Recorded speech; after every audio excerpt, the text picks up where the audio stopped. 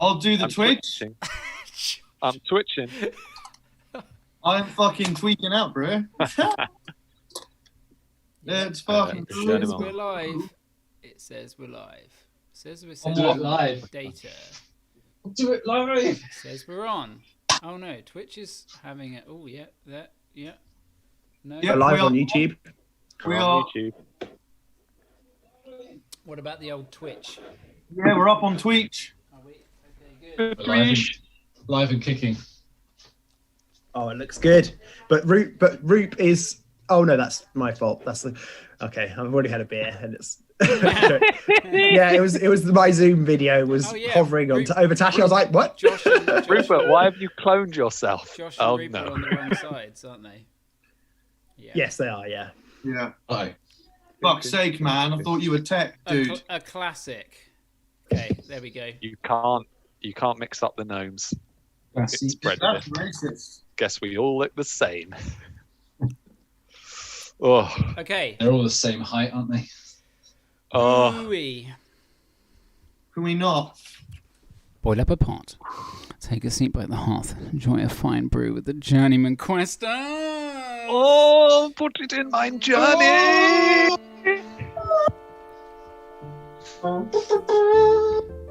Oh, I'm not getting sound.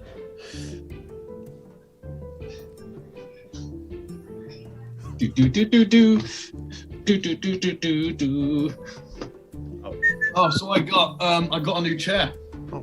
Very good. Oh, It's blue. It adjusts and it spins.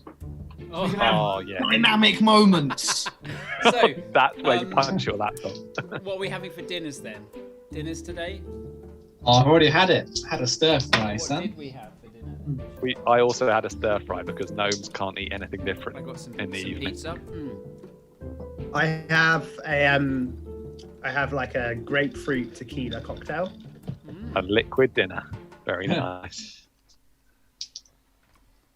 And I'm gonna have carbonara Ooh. And I have indigestion. because I can't have 3 pizzas in 2 days again. And I have diabetes. Just rolled a double one. 2 dice.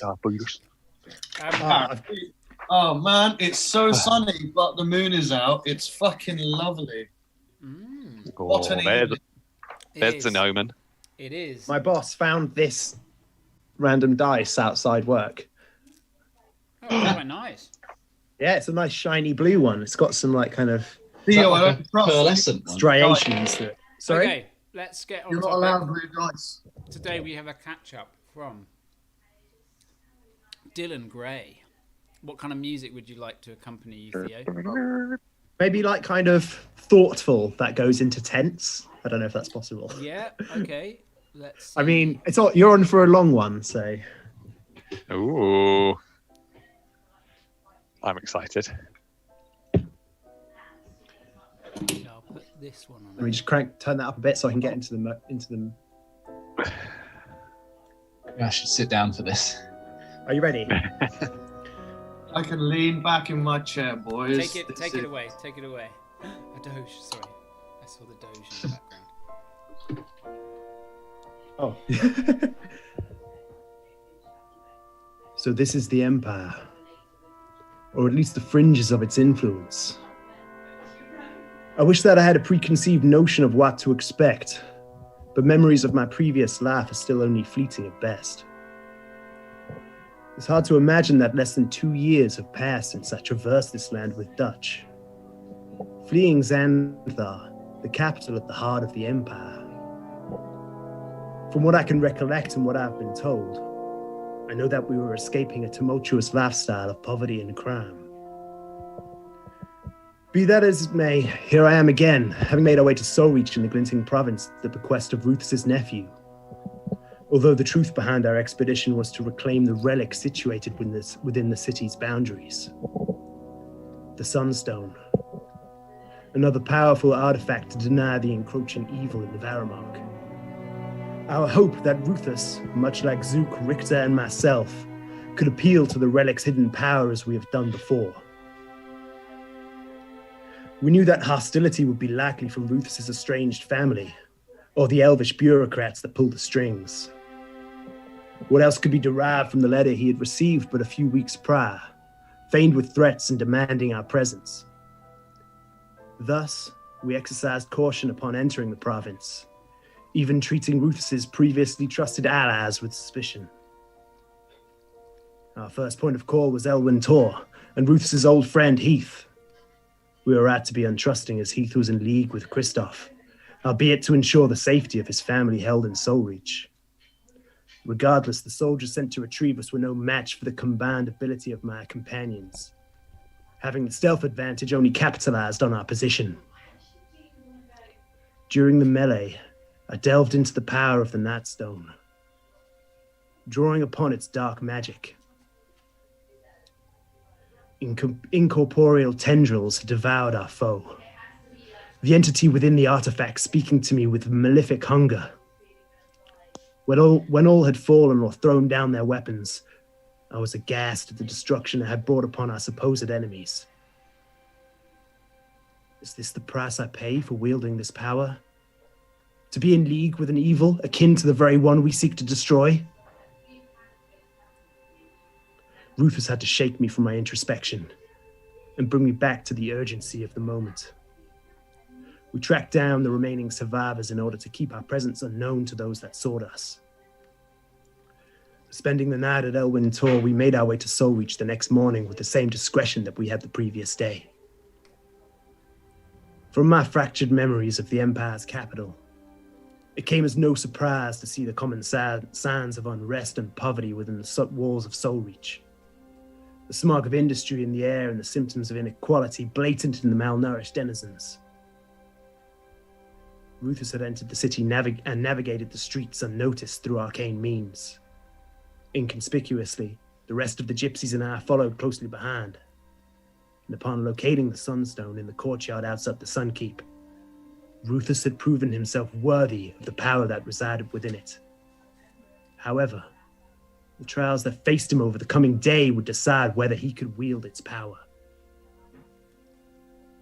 Rufus had listened with an open mind, negotiating with his nephew and Kristoff's pregnant wife, Celeste, who it appears truly holds the power and influence. Seeing sense in their logic, he even agreed to renounce his name as a Suncrest to quell any chance of rebellion, and with it the bloodshed that would follow as a result.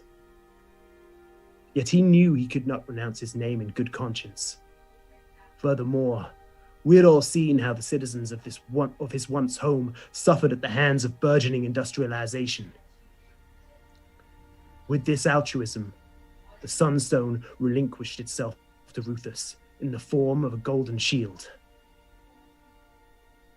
In renegotiation, Rufus forged his case, persuading Kristoff and Celeste that he was a better an ally, and to subjugate his influence would result in the opposite of what they intended to achieve.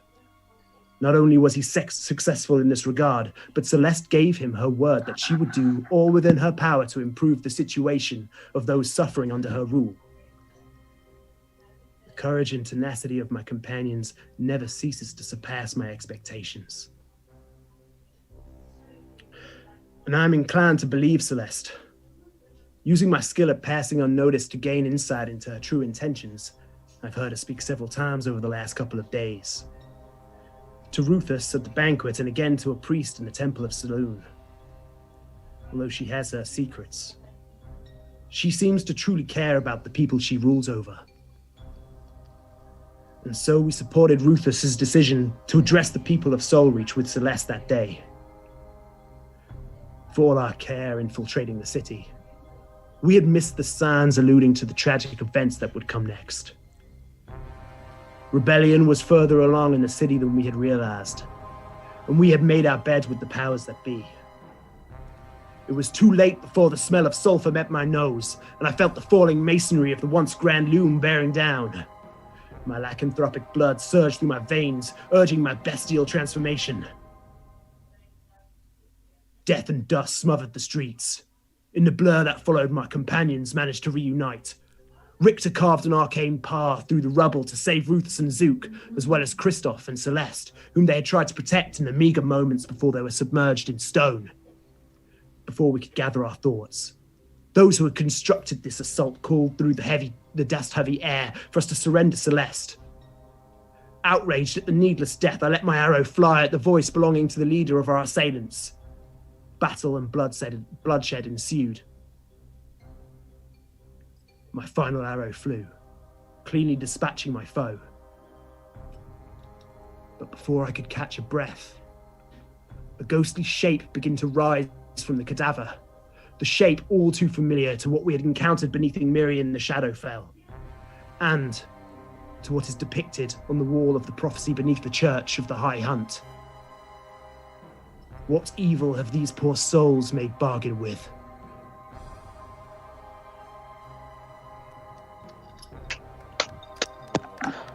Sick! Love to hear your voice change as you did that. That was awesome. Yeah. Oh! It took me off guard, the voice change. I was suddenly like, wait. Very impressed. That was dope as hell. It was dope as heck. So, we begin today's session in the midst of battle. A tunnel, a door rectangular shape carved through masonry and rubble, 20 feet deep. And at the far end of this tunnel, beneath what once was the Grand Loom, stands a warlock of the Seeker and paladin of Dawn's Blade. Standing above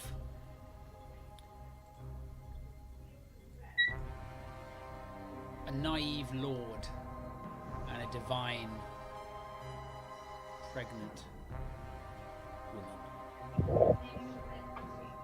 Behind him, naught but 10 feet, a gnome, an archdruid of air, wielding a large tree, the staff of High Canopy, floating in the entrance of this tunnel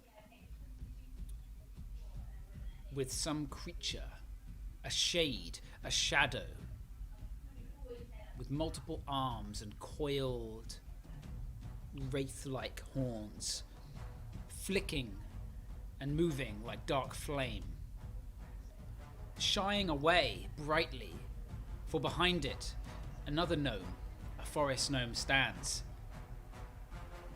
His face that of concern and worry as he looks about wildly at all the people surrounding him as enemies. Wielding in one hand the Aegis Aurora, a bright shield with a sun emblazoned on it, and in his other, the Sunblade itself, burning a bright daylight. Another shade behind him coils away from this light that emits from both blade and Aegis. The light seems to affect it. It flickers, trying to find the shadows in the rock and rubble beneath it. Another shade can be seen erupting from the corpse of one of these rebels, an arrow stuck through his head, facing down the rubble pathway towards two brothers. A half-orc. Two brothers. A half-orc. No. And a half-elf in lycanthrope form. Beyond them, another shade begins to worm its way out from the corpse of yet another rebel. And we begin on their turn, these shadows, as they rise. Before Dutch's turn. So, we're going to do something cool and different. I'm going to stand, if anyone wants to stand up for combat. To pay your respects. Feel free. We will stand for Absolutely. combat. Tilt my screen back. So. Well, you can't see me because I have no camera, but believe me when I say I'm doing a headstand for combat. I believe you.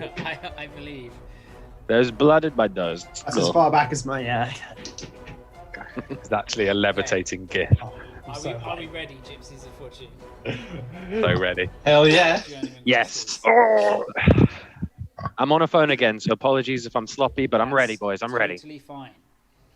Sloppy is better than not here at all. The two shades flanking Like that. Ruthus shy back, almost flickering across the floor from the bright light of the sunblade.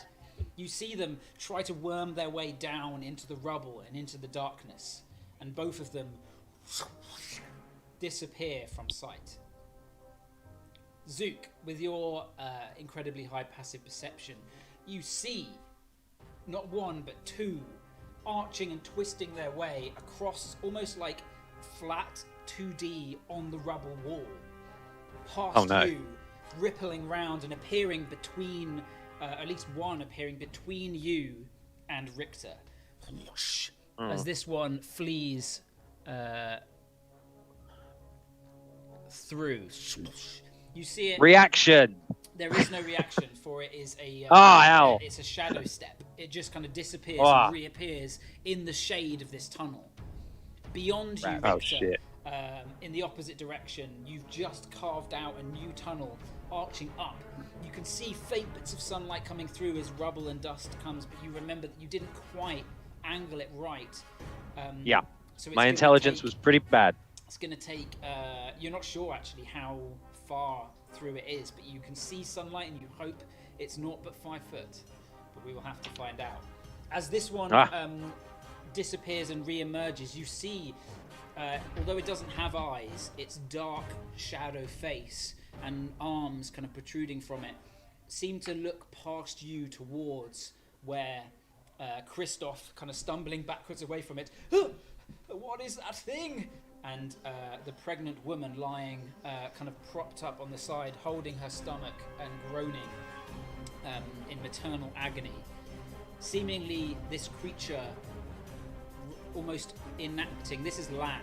You can almost see the physicalities of him, his broadness, his kind of square jaw, although it's all in shade. And you can feel this presence, this beyond the grave desire to enact and fulfill what the mortal version wanted. And you standing between it, it is going to make its strength drain attack on you. So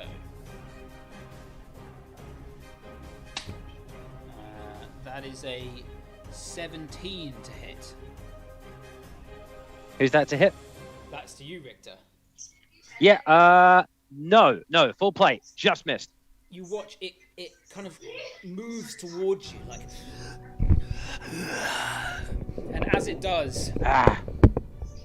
and as it does, you see, you feel, you kind of lean back and you feel almost the strength being sapped from you. Imagine like a Dementor kind of trying to pull the soul kind of out. It's that same kind of image, but instead you see the edges of your skin begin to kind of wither. Your muscles and your arms kind of, you lose grip almost of the halberd. Oh, You my shiny new resist, body. No. pulling back the halberd once more and facing off at this dark creature. The one on the other side, also you see it kind of flicker past you, Zook. This one is going to move in between and land here. They don't need to take up the space. They seemingly form into any shape that they desire. Oh, shit. In fact, do you see it is the question. I have devil sight.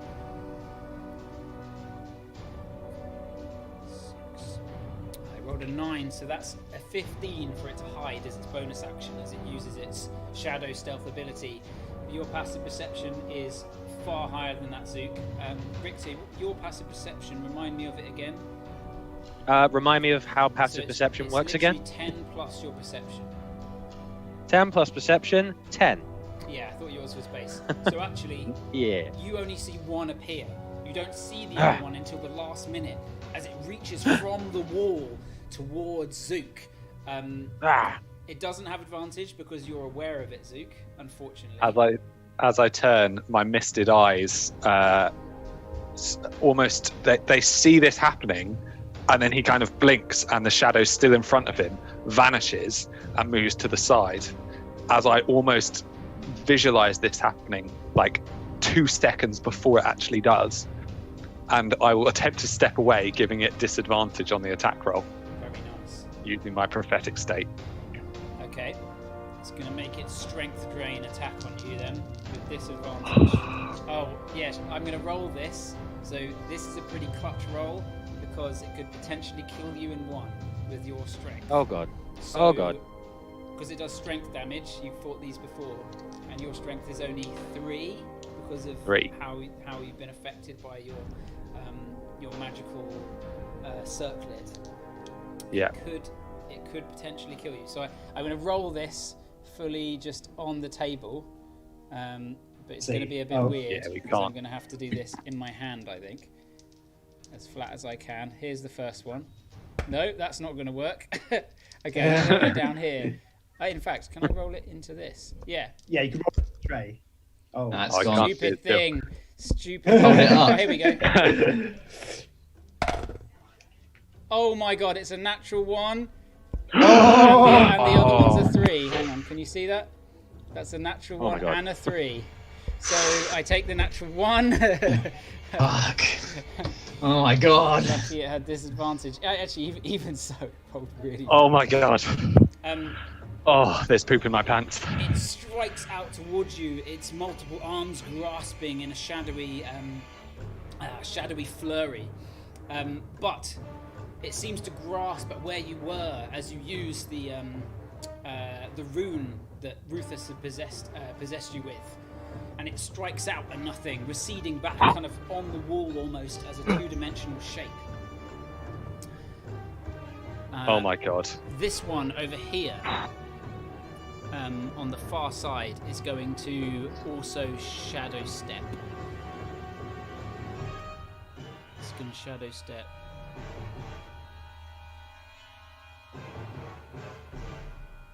You know what? It's going to shadow step. You see it kind of flicker across the ground in this direction. Like, in fact, Dylan, you would see this. The shadow snakes its way across the ground and just into the rubble, and you lose sight of it. Time to ground pound. The other one over here does the same. God damn it. They seem to disappear into the shadow of the rubble, squeezing through small gaps. That's going to be a 21 to hide. Your passive perception is, Zook? 25. Jump back My from misted this, eyes turn and see. You jump back from this one, but something reaches out behind you, grabbing Oh at fuck. you. Oh fuck. In fact, why would it go on you if there's 2 others? No, I'm going to change that. Who is standing there? This one's going to appear here at the end, shifting down, hiding amongst the rubble. Shit. Zook, you see this beyond the few. You see something moving at the end, and you know the people there have not seen it as it reaches out, grabbing for Christoph. It's going to be an advantage because it's used, because it is hidden from him. That is a hit. So, how much strength drain is it going to do on him? Oh, that's 5 strength. Is he dead? No, he doesn't have a strength of 5. He's not dead, but you watch as it kind of pulls at his strength, almost absorbing it. You see his body is racked with necrotic energy as he also takes...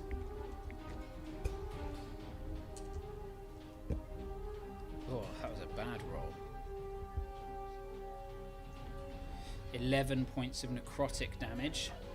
Even if I didn't see that shadow, did I see Kristoff suddenly start to wither? You definitely would have. Okay. He's wrinkly, he's pickling. Oh god. Yeah. Well, no, well, you would see it now as it jumps out and attacks him. Because it was hidden and then it got advantage on its attack. Jumped out and began.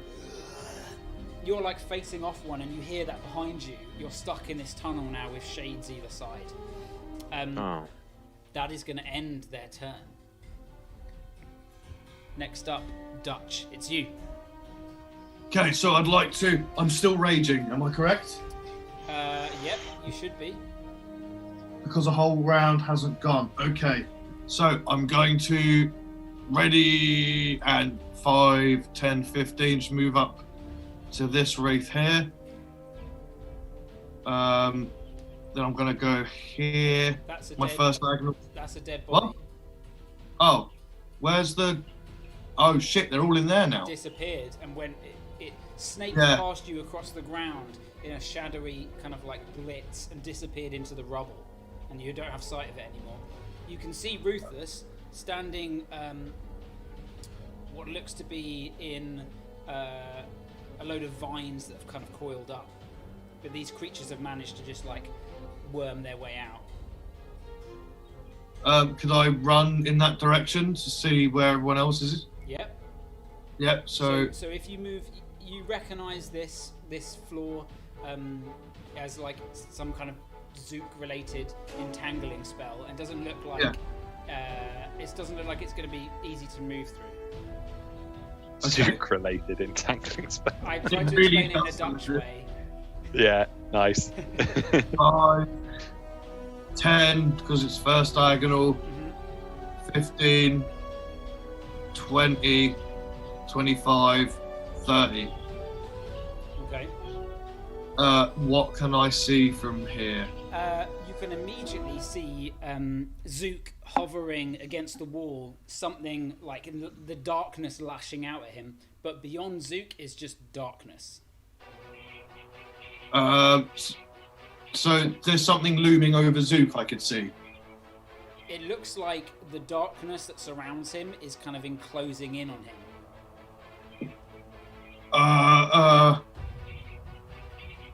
Yeah, I'm gonna run. Okay, bonus action dash. Bonus action dash. Use a moxie. Oh my god. Yep.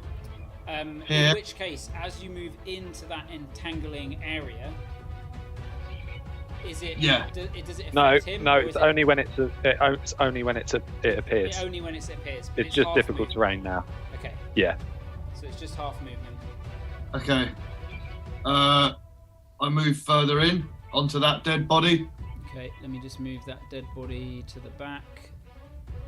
There you go. What do I see here? You can see Zook. You kind of rush up. Zook's there, and there's two shadows, just like sort of 2D against the wall, as if they've peeled themselves off. They have multiple limbs and coiled horns, and they seem to be bearing down. One of them bearing down on Zook, the other facing the other way, moving away down the corridor. But it's hard to see what's beyond that. What do I roll to see if Dutch remembers them? Just roll me an intelligence check, real quick. Okay. 14. Yeah, you remember being beneath Cinderhelm, and there was a minecart that had some like black slime in it, and you all went to sleep, and in the middle of the night, this black slime was a shadow, and it attacked Rufus, and you remember it. You came back. You're a proper daft cunt. And I'm gonna bum rush them straight. I'm gonna stand over Zook if I can, or like get between them and him. Okay, you won't be able to end. as- You won't be able to end your movement there, but yes, Rufus. As you do that, you take a step away from Rufus. As you clamber through the vines, Rufus turns towards you, his eyes ablaze with rage, and says, You did this, didn't you? You brought my home to ruins! And he strikes out with an attack of opportunity against Dutch. Oh, fuck. An attack. Oh. What's going on? It's a 27 to hit. Oh, Oh, shit. Yeah. And does 13 damage. the sunblade nice. slices down across your back. 13. Does the sunblade do radiant damage? It does. Fucking hope so. I think you're still halve it, don't you? Because you're bare totem. Yeah. Come back here, you coward! Do not step away from me! You take 7 points of damage, Dutch. Okay. What's going on? The fuck? I heard a voice last time we played Tell him that did a it's thing. It's better if he just doesn't know. Yeah. It's fun. Ooh. Only is Dutch confused, but Mike is too.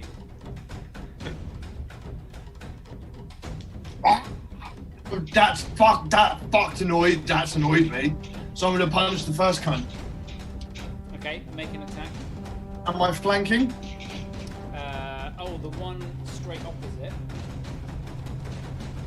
But it's facing away from you.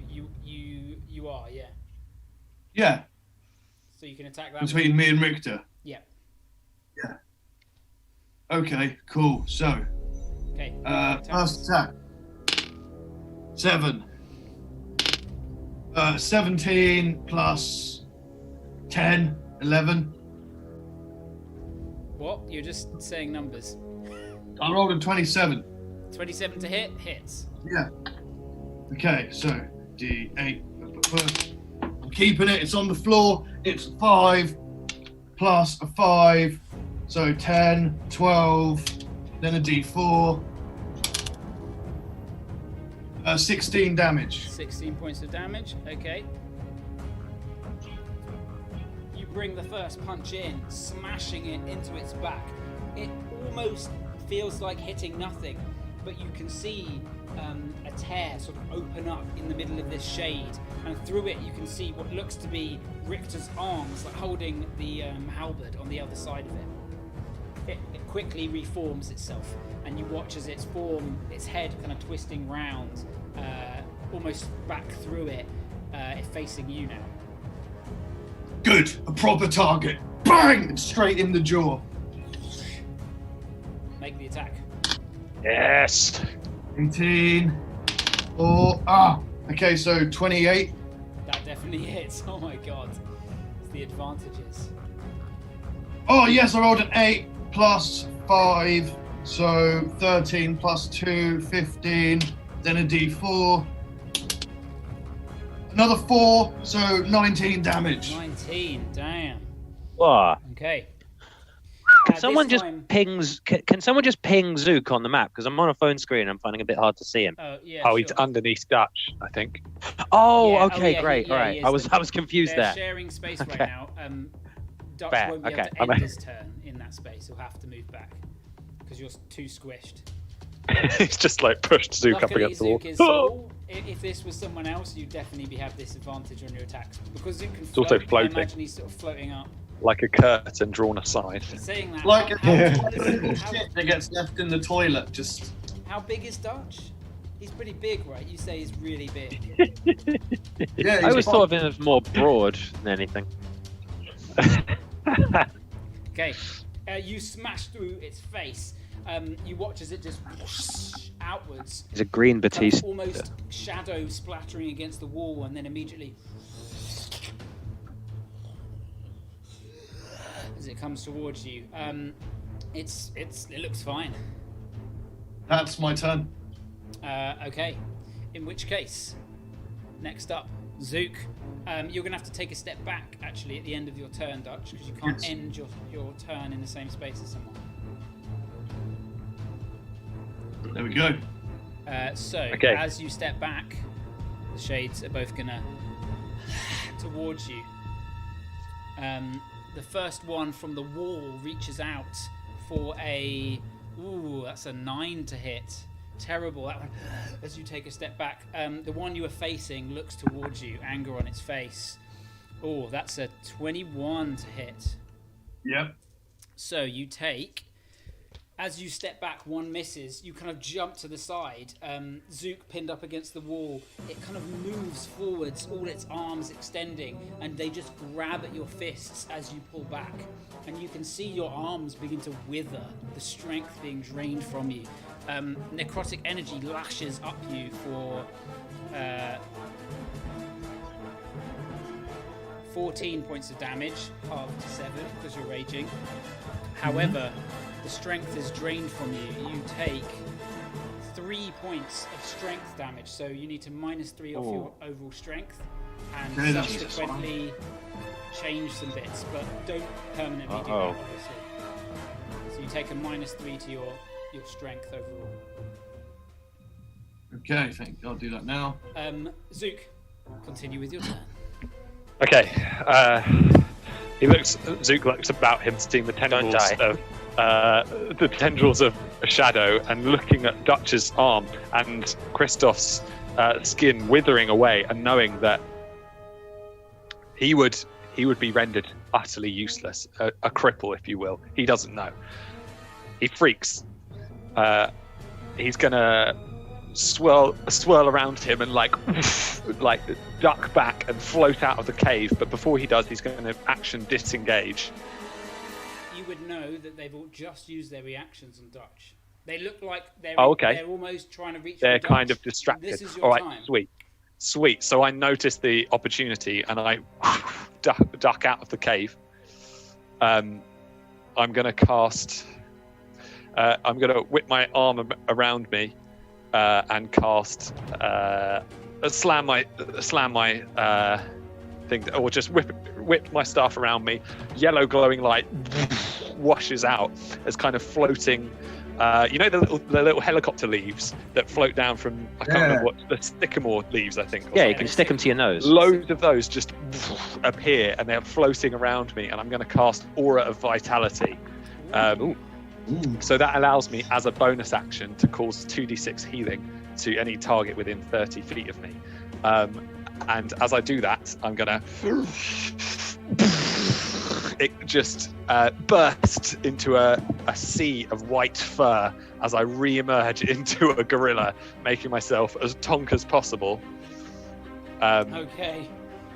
Sick-a-monk. Sit down for a sec just to rearrange some bits. Okay. Do you heal immediately, or is that on subsequent No, I can't turns? do any healing. It's just a spell that's now active, so I can. A green dot on you representing the healing, and is the gorilla? It's a greater ape. A greater ape, yeah, And greater it's ape. large, isn't it? Yeah. In which So I case, imagine I'll probably need to move back out of the way, maybe. You might have to step to here in order to come in, expand here like that. Okay, I'm that's just going to fine. make you big because it's easier. Yeah, big Zook. Godzilla versus Zook. Yeah, and then I'll stay. Another quick question at the end? Did I see the end of the tunnel? Did I see any sunlight coming down?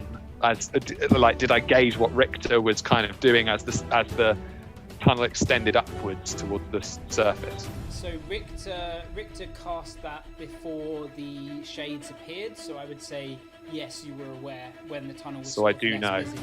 Yeah. Okay, in which case I'd like to use my remaining movement to move towards where I thought the top of that tunnel was. Oh, yes. Oh, okay. It's like a homicidal relay race. How far does a gorilla move? 50 feet. Okay. Whoa. You just ook over the whole thing. I assume that you're like You can loping with both basically arms. go- Yeah, you can get to Yeah. there. Cool, and I'm going to start, eventually digging around, seeing if I can find the other end Okay, of the tunnel. ending your turn. Ending my go. Christoph is up next. He spins around. You watch as the energy beginning to drain from his body as this shade attacks him. He pulls. Well, he already has a dagger out, and you watch as he stands moving between himself and Celeste and slashing out at this creature with the dagger. Oh, I'm not going to take it. For that's a natural 2. He just slashes at it and it just moves around. He looks, I guess, Richter, you're facing away, but you can hear him kind of blocking himself between. That's going to end his turn. Celeste, someone roll me a d20, please. Go on, Rufus. It's a natural 20. It's a natural 20. Yeah. Okay. That's right. Is that good for us? Yeah, you don't. In the midst of combat, you're not really noticing what's happening, especially facing away. But that's very good. Rufus, it is Water your turn. hasn't broken. Well, it has, but you know. Rufus spins, his eyes ablaze with rage. You've come back. That's it. Not so much of a coward, are you? Looking straight towards Dutch. It's time for you to pay what you've done for what you've done. And Rufus is going to use a bonus action to become large with Giant's Might. Oh no. Okay.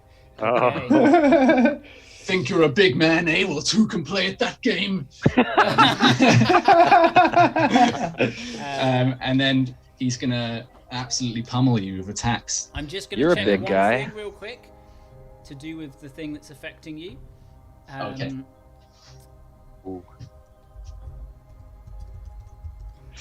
Do you get to shrug it Your off? now giant brain Just wanna crushed the double part check. of your brain that's driven you mad.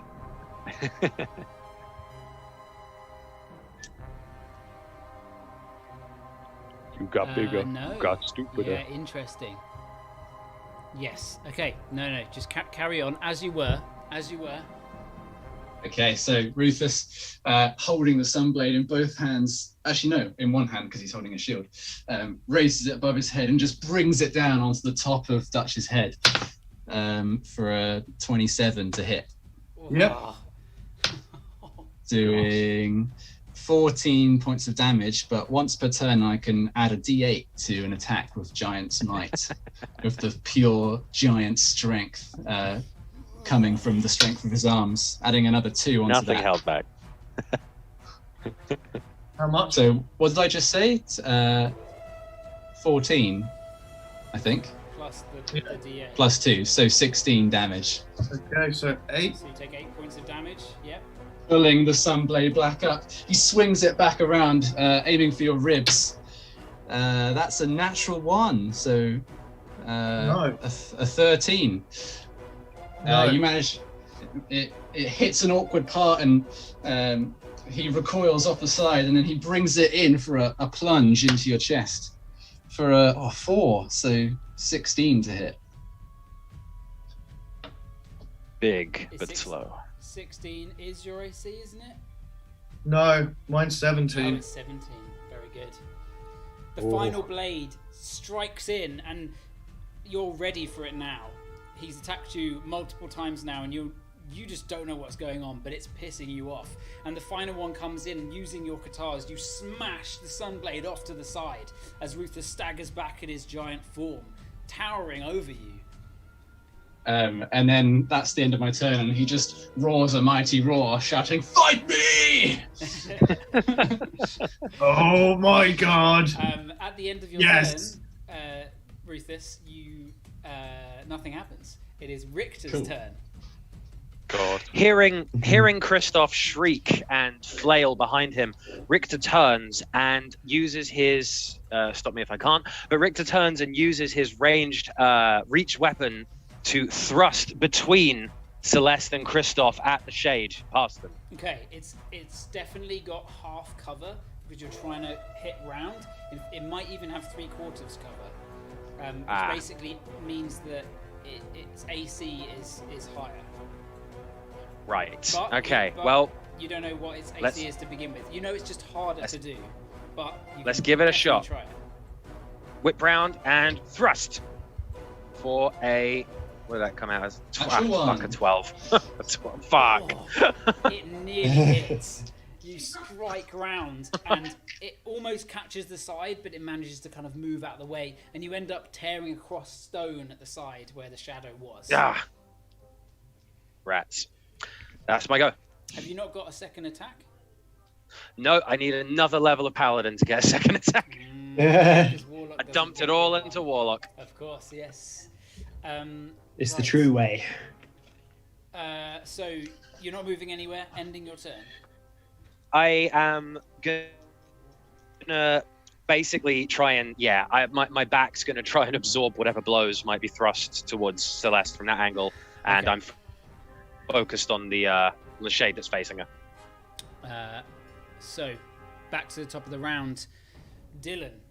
You stand out So- there, still aware that there is still someone that shot you off in the mist, off in the dust somewhere. Off in the dust. Yeah. But I can sense the conflict going on in the You know, tunnel. Stephanie can sense the conflict. and I can sense Rufus fighting Dutch. Absolutely. And yes. knowing that there's probably some kind of mind control going on there, and hoping that Dutch can at least subdue Rufus in this. Knowing that there are vulnerable people in the tunnel, he's going to bonus action hide behind the pile of rubble there, and then move within a position where he can arc an arrow into the tunnel to try and hit one of the assailants. Okay. Moving around to probably about here. Yeah. Although you might not want to move into Rufus's range. It's sloped up a little bit, and then the tunnel goes in. Yeah. So it's difficult to see. Luckily, you're hearing and feeling. You have to arc the shot sort of over a bit, so it is going to be probably 3/4 cover. I ignore cover because of sharpshooter. Yes, you do. Yes. You do. So Are you able to hide if Rufus can see you? He's not shooting at Rufus though. I'm bonus action hide anyway. So do you want me to roll for that? Yeah. Yeah, Rufus can see you. Rufus is aware of where you So are.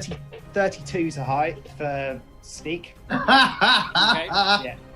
Press yourself down against the wall. And then I mean- new dice. Arguably, Rufus doesn't even know you're there because he is so engaged and engrossed with Dutch, but you're not attacking him anyway.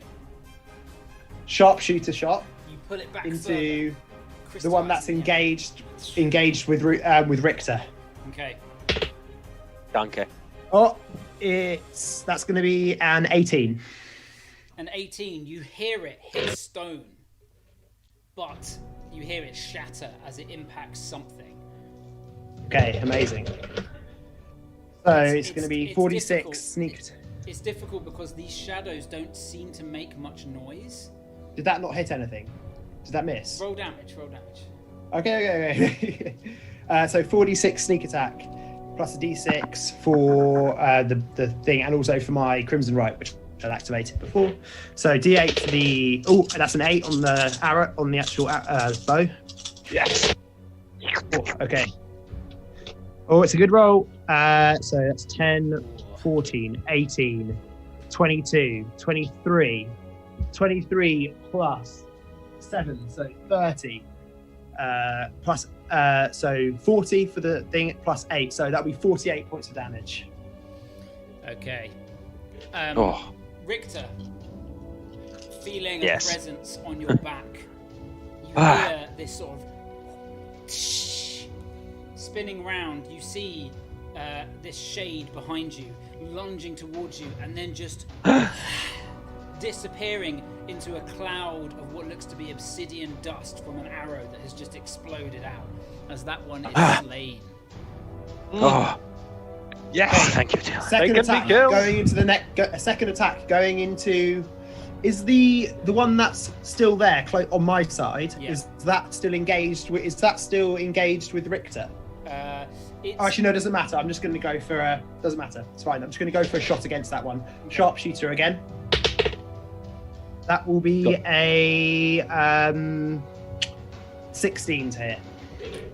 roll for damage. You got them grassy knoll skills. Ooh. So they've only got Ooh, like another 8 on there. No. So that'll be 12, 19 points of damage. Some inhumanly possible shots. Dutch, you just see 2 kind of purple dark arrows whoosh past you, incredibly close, and you hear them shatter to your left off in the tunnel. You watch as one of the shades just sort of explodes out. The other one, that's sort of half embedded in the wall, an arrow pierces into stone, and it sort of wriggles and retreats. And you see your brother there, kind of just, he's not even looking towards you, he's just looking at the ground, just sending 2 shots off like this. Insane. Oh, Very he can't nice. see. He can't see Dutch smile. That sucks. No, he can sense it though. Before your Yeah. turn, Dutch. Yeah, maybe. Is the Shade's turn. Uh-oh. The Shade at the far end is going to strike once more towards Christoph. Take that hit, Christoph. It's not hidden That's what you're here anymore. for. Oh, that's a natural 19. Oh, boy. He is going to take 4d6 necrotic damage again. Yeah, he's down. He is fully down. Oh, boy. Uh-oh. Easily down. And he takes a d6 of strength damage. Oh, that's a 6. So he's taken 9 altogether. Luckily, Isn't it his a D8? strength is more than 9. Huh? Isn't it a D8? No, it's a d6 of strength damage.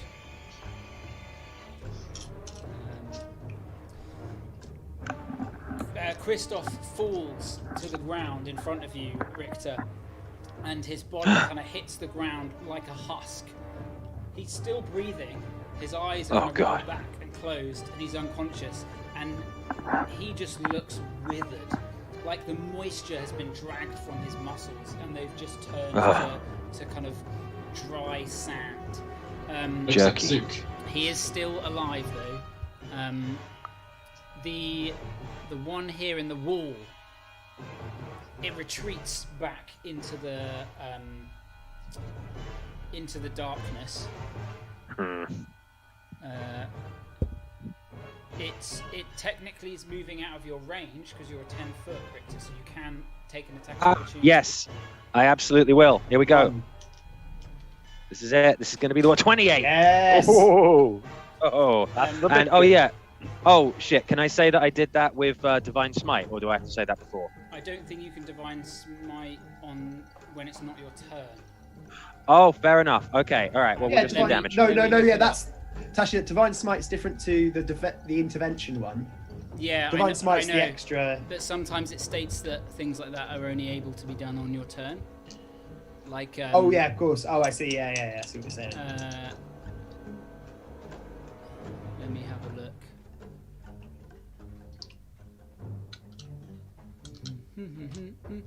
At second level, when you hit a creature with a melee weapon attack, you can expend a spell slot.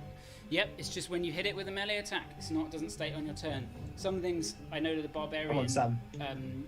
Some of the barbarian Nice. things, when you hit, it says specifically when you hit on your turn. Divine Smite you can do whenever. Right. So yes, you can expend a spell slot. So initial damage is 10, and then the Divine Smite. So, Richter, depending on do what it. level spell slot you spend, it's 2d8 as, for the first level, and then it's a d8 for each level above that. My Paladin level still only gives me first level slots. That is right, but you can expend Yes. a Warlock spell slot for Paladin. I've used all of my Warlock spell slots. Oh, man. Believe me, thank you, but I did think of that. That's I'm how kind you of do the fucked. crazy damage, because you expend like a 4th level spell slot on a Warlock one to do Divine Smite, and it's like devastating. Regardless, 17. So two- he 2d8 extra So yes, he- radiant damage. So he took an initial 10, and then he took 7 radiant damage on top. An initial 10 and 7 radiant. What's the damage of the Rickstone Halberd? Is it just Brookstone magical? Halberd is, it's a +2 magical, and it's Okay. it's a D10. Yeah. Sorry, say it again, Richter, the damage. So he took an initial 10 damage from the strike, and then he took another 7 radiant damage on top. Okay, the radiant damage that hits it just ignites it. seemingly vulnerable towards radiant. A vulnerability! Actually took 24 points. Ooh. So, Damn. Kissing up that holy as fire. it begins to retreat to try and hide and then strike probably someone else, it is stuck with your. Of course, he can't move. Because Sentinel, is it? Sentinel. Sentinel. Nice. So it is unable to escape and now stuck. It's Stay gonna- there, dog. Oh, Yes. It Yes. can't even attack you because it's too far away and it can't move. Mm-hmm. I tried to move back. Oh, but Finish it him. can't attack you. So its turn is over.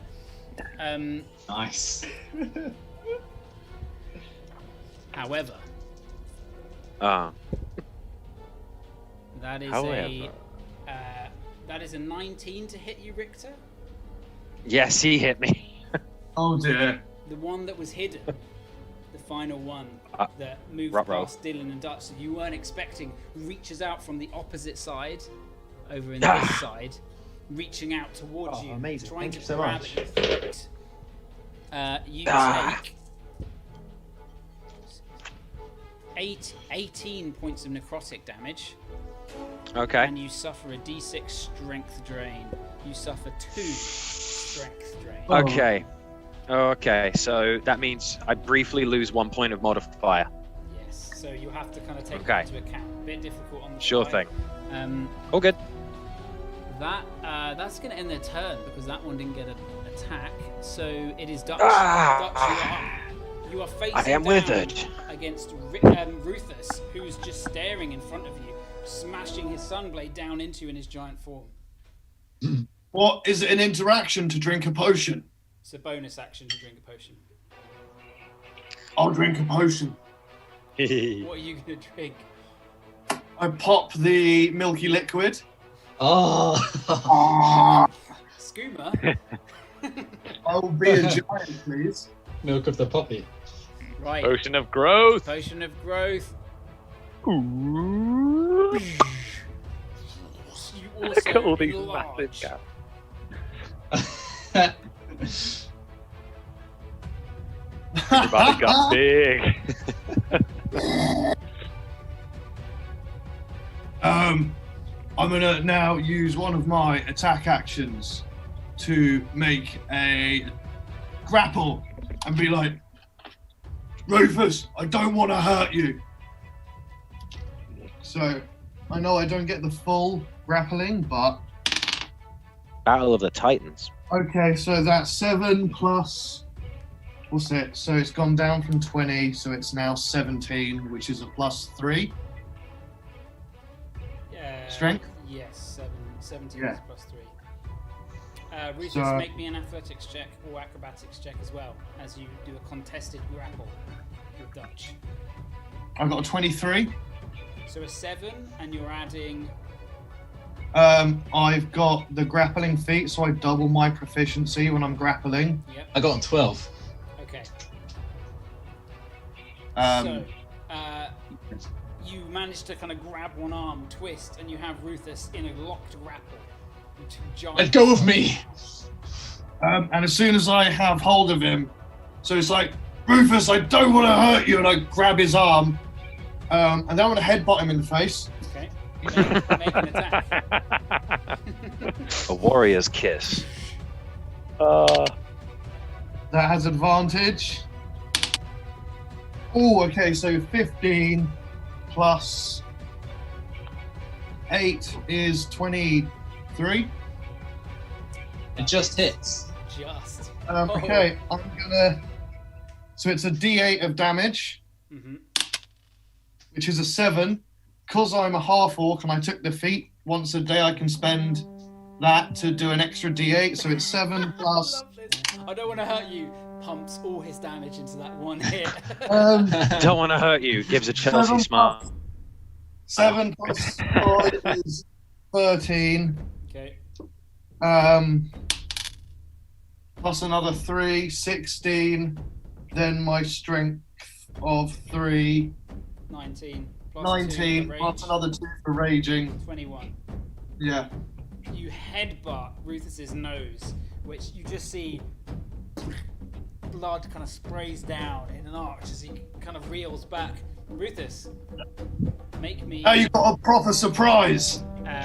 Disguise. Make me an intelligence saving throw, please. Is it a magical one? It is. Come on.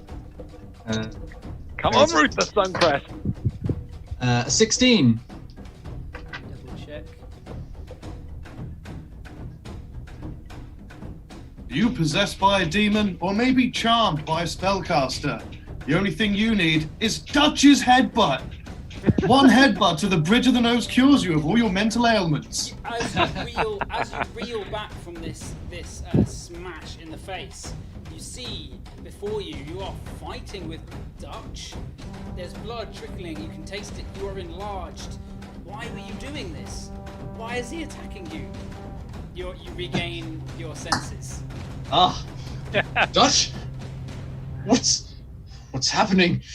We gotta kill Shadows! Why are you grappling me? Because you're a bell end! 6 seconds is up of talking. What are you doing for the rest of your turn, Dutch? I'd like to go. Where can I go? You can't get in the tunnel. You're too big. Okay, I'm gonna have a good look around me and see why my brother's hiding. Roll a perception check.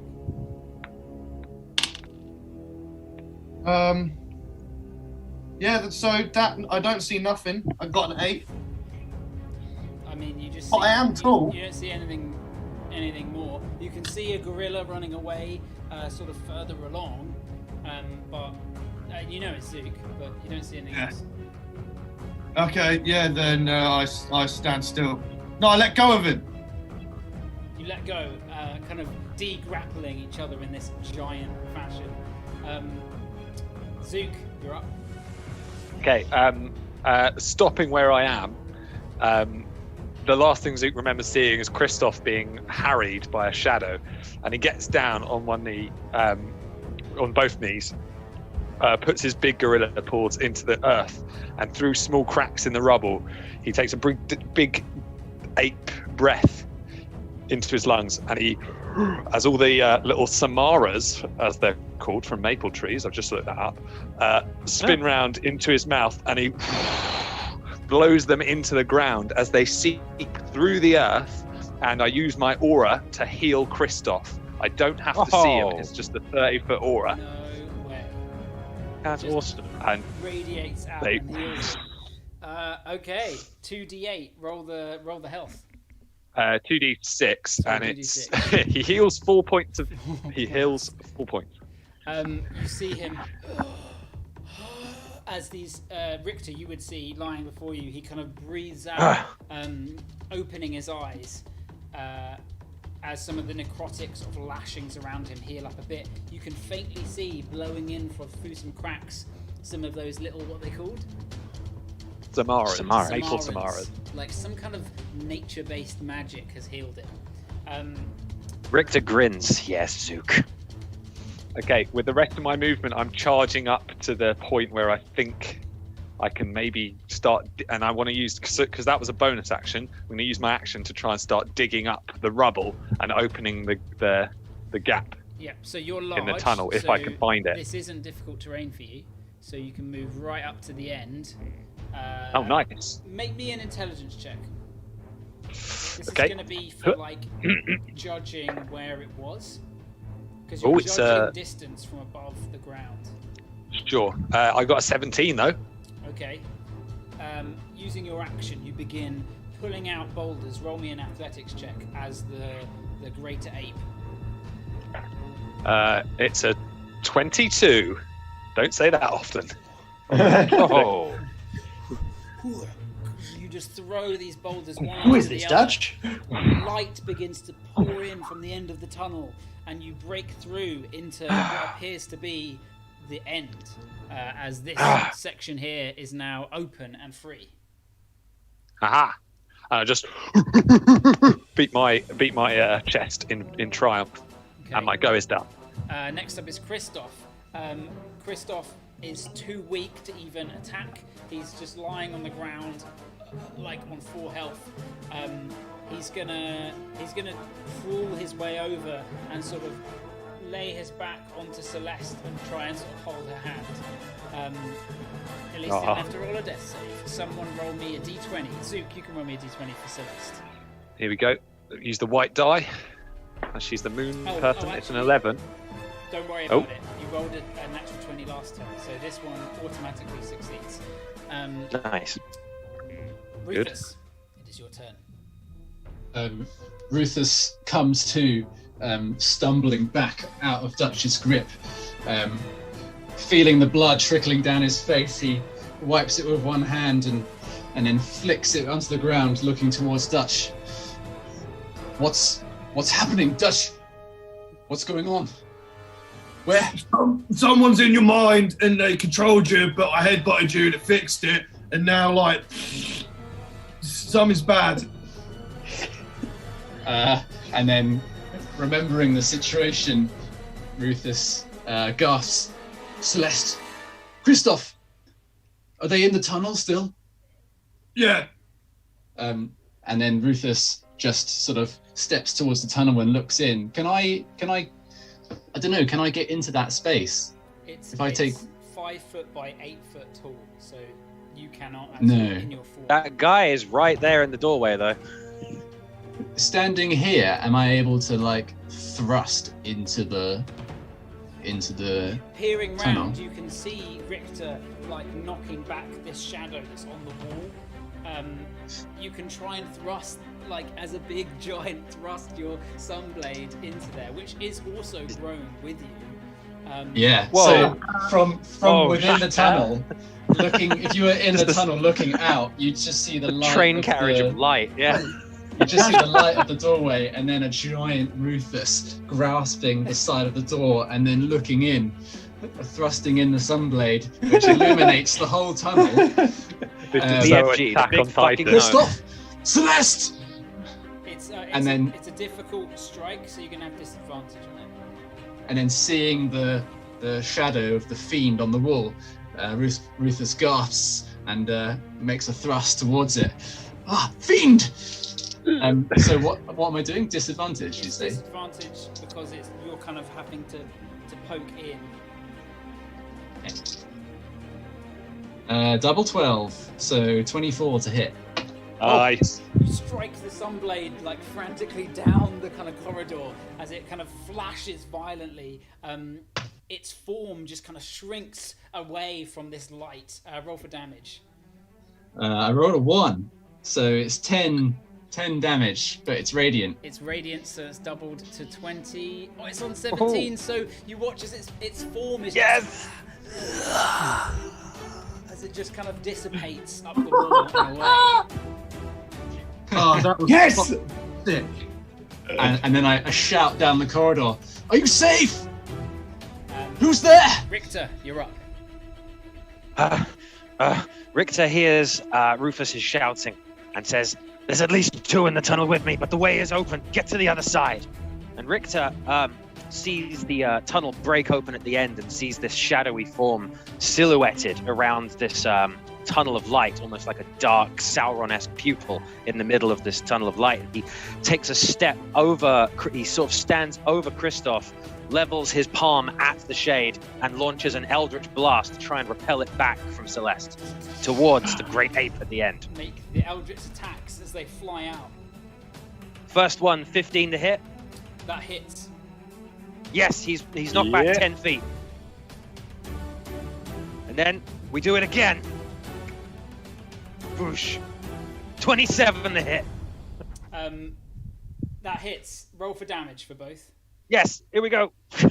I was only able to copy paste that, so I'm gonna have to type this. Here we go.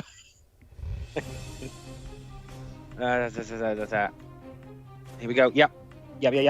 Yeah, definitely keeping the copy paste is a good idea for that. You need to buy yourself some new dice, so. Richter. Yeah, I do. Right, the first hit did 12 damage. 12. Okay. Then. God damn it. I just want to say, I don't like using iPhones, but they have better keyboards than Huawei's. go. Yep. And yep. Launch it. Next one. 11. 11. So 23 points of damage altogether. Both of the blasts fly out as it's knocked back. You watch as its form is like kind of shifting and moving and trying to reform. It hits the back sort of wall where the rubble has fallen into a shaft of light and immediately just it's not dead, but it's like hating this sunlight beam down on it. Ooh. Hell yeah. Are you moving anywhere? I will. I would. God damn it! Knowing that there's still one in the cave with me, no, I need to stay as close to Celeste as possible. So there's none behind you anymore. There's one in the fucking wall though. But there's one like right here, in the wall. Yeah. So I'm gonna stay here and just yeah. I'm just gonna. When these two are ready to move, I'm gonna help them move, I guess. I'll put it here so we're aware. Yeah, it's there in the wall. Hello. Hello. Okay. Back to the top of the round, Dylan. Sensing that there's been resolution between Ruthus and Dutch, will hop up onto the raised bit of gravel in front of him, and sensing there's another creature in the wall. That's possible to hit? I believe. From that angle, no way. It's like so. Not only a giant. I'm going to move to here. Ruthus blocking, but like even if you were in the move tunnel, to here. It would be very difficult to hit. Yep. What about the one? I can sense the one on the edge of my 55 foot. Okay, so I will move one more square next to Ruthus. Do I have line of sight there? Of the shade. Of either shade. Roll me a perception check. Cool. 23.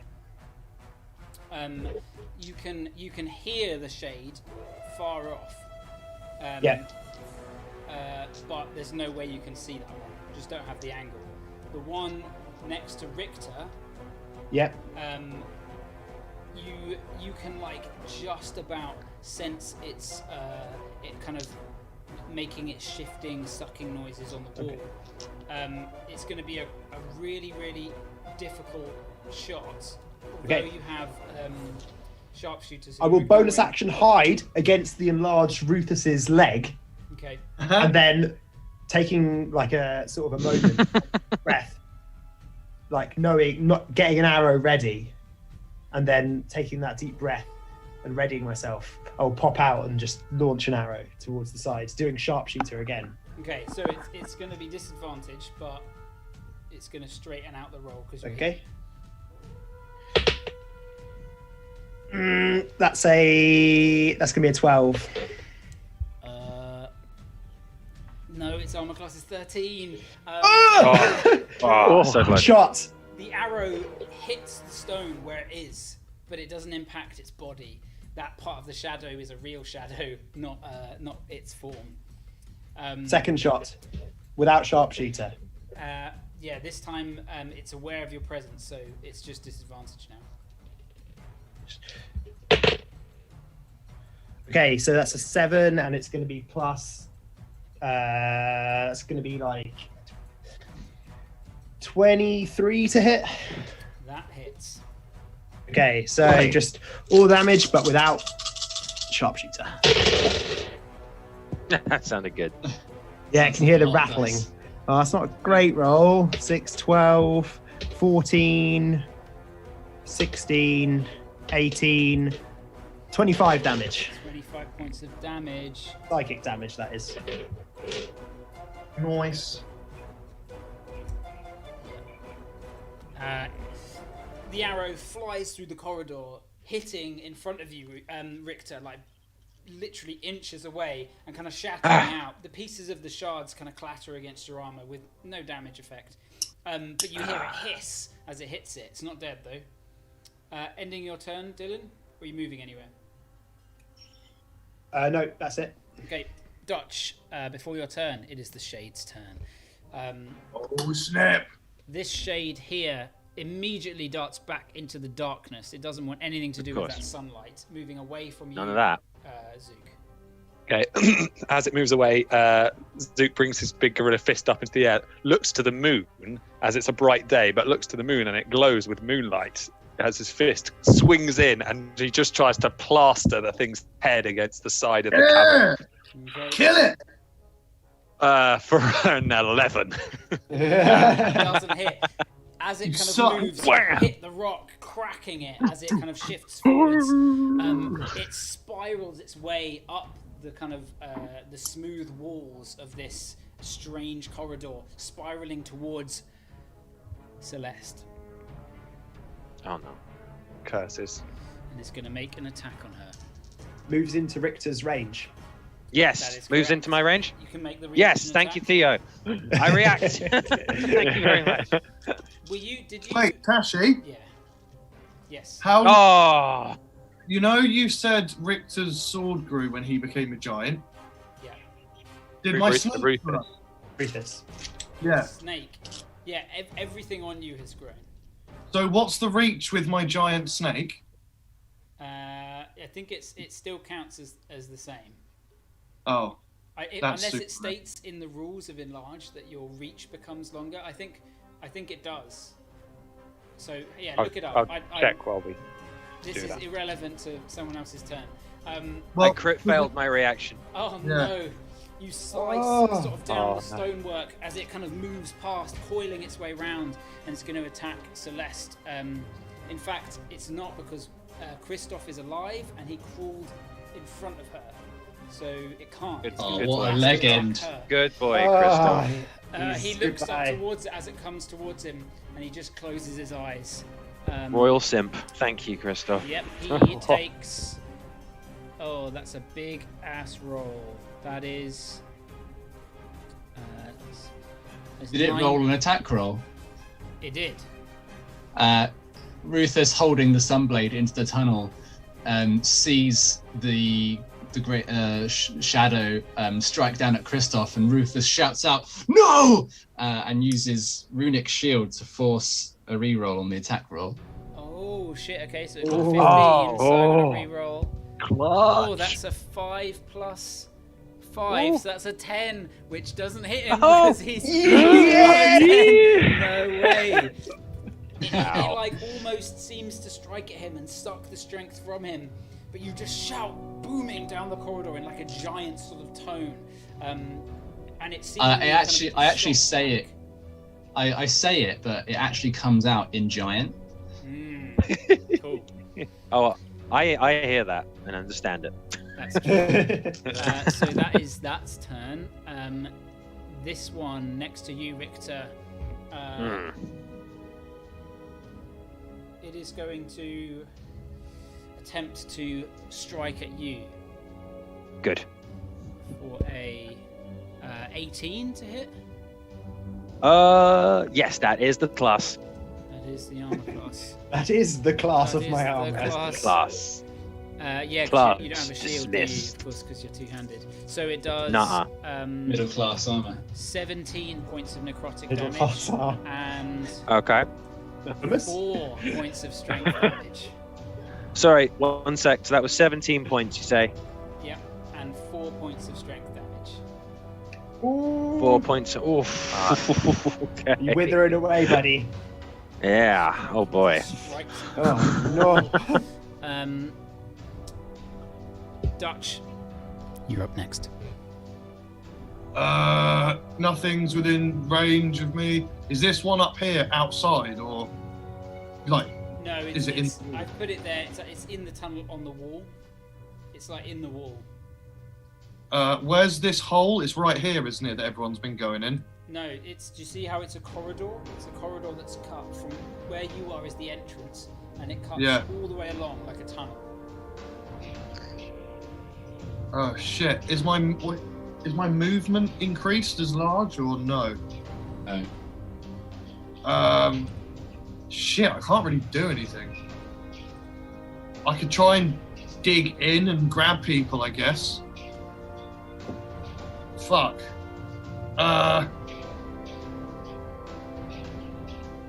Can I launch a javelin? You can, but launching it down at this thing next to Richter is no easy feat. It's against the wall. He's standing right next to it.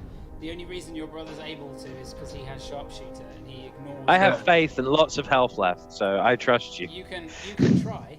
You can definitely try, but it'll be hard. Yeah, I'm gonna give it a go. Okay. That's the Dutch motto. You pull out a javelin and launch Giant it javelin. down the corridor towards Richter.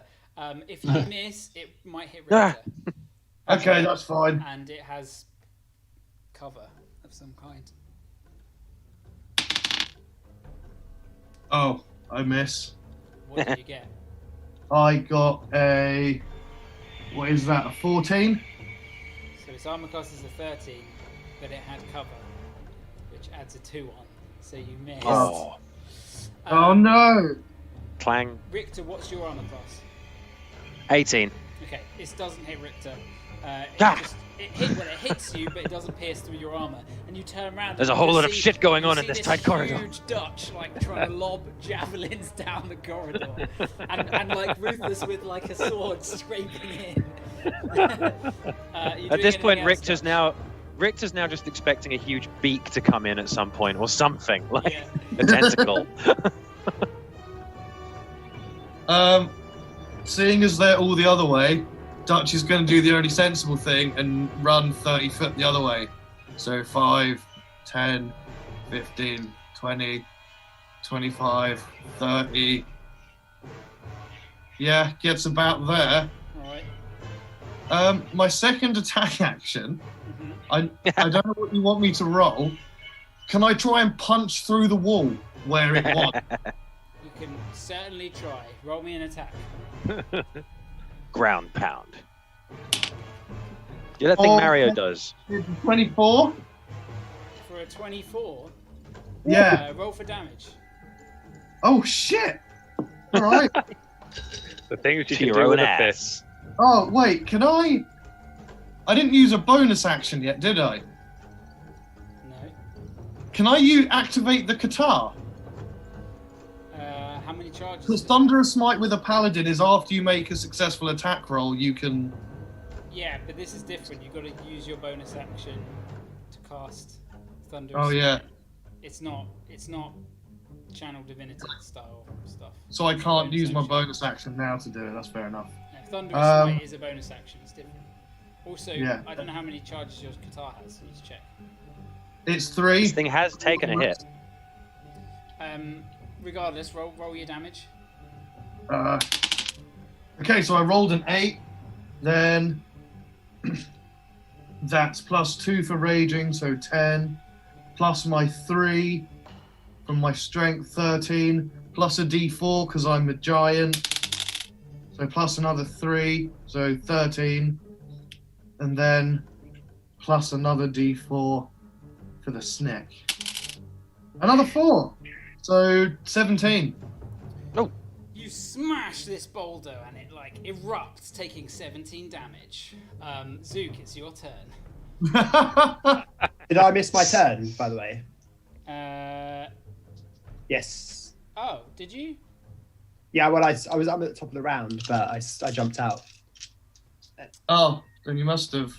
Oh, have we gone all the way around since? I guess we did. Thought we did your turn. No, we Well, did your turn. But Dutch is at the. Oh no, because must have just been the shades. It's the It's shades. you, then the in shades, between. then Dutch, then took me. them off the Apologies. Apologies. Um, Yeah, makes sense. Zook, it's your turn. Okay, so Zook turns around and he grabs like a hunk of metal and pulls a little bit of the machinery that was in the loom factory, and he just hucks it down the tunnel at the shade. It's a rock attack, but reflavoured. Okay, nice, nice. Here we go. It's an 11 plus 6, so a 17. Take this cog. A 17 hits. Roll for damage. Okay, here we go. Oh, it's 3d6. So, oh man, 2 1s and a 3. That's 9 damage. 9 points of damage.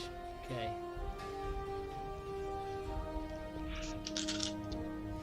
And I guess that's non-magical, right? Yes, it's only my melee attacks that work. That Yeah, so it didn't do as much damage. Okay. Ending your turn, Zook? Or are you going anywhere? No, as a bonus action, I'll breathe in again and send the Maple Samaras down the tunnel into Christoph's body and heal him for 2d6. Okay. Yes. As a bonus action, for 5. Another 5 hit 5, points. 9. Okay. And then I'll wait. Oh, it's Christoph's turn. Feeling a little bit a little bit more rejuvenated. He is going to attempt to attack, even though his strength is sapped so much. And he has disadvantage. 5. No, he doesn't hit. He strikes out with his dagger feebly from the ground.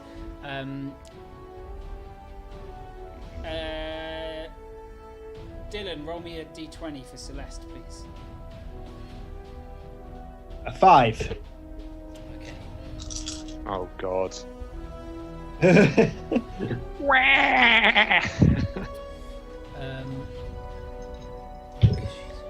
Come on, Zook, you're a nature person. You hear, Go do your thing. You hear I could Celeste. Kill that baby before it eats her. You hear I Celeste could deliver a baby. cry out in pain, and Richter standing sort of above her. You can see she's just like pushing and heaving, and there is what looks to be blood pooling around her. Oh no!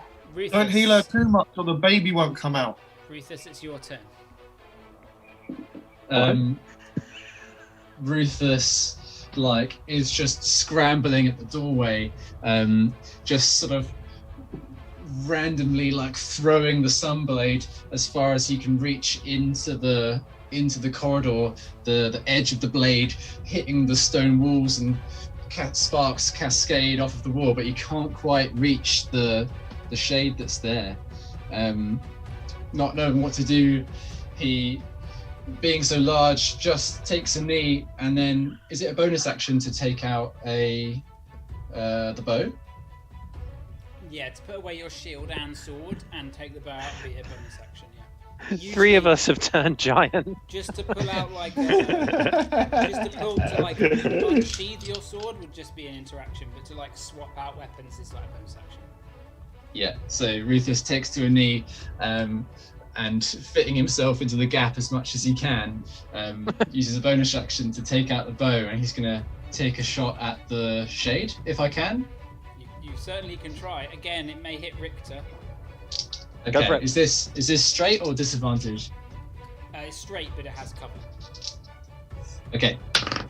As a 10. First one strikes forth and hits Richter. Roll another d20. Second attack It's is not a second attack. This is just if it hits Richter. He's gone mad again. It was a 14. A 14 isn't going to be enough to pierce Richter's armor.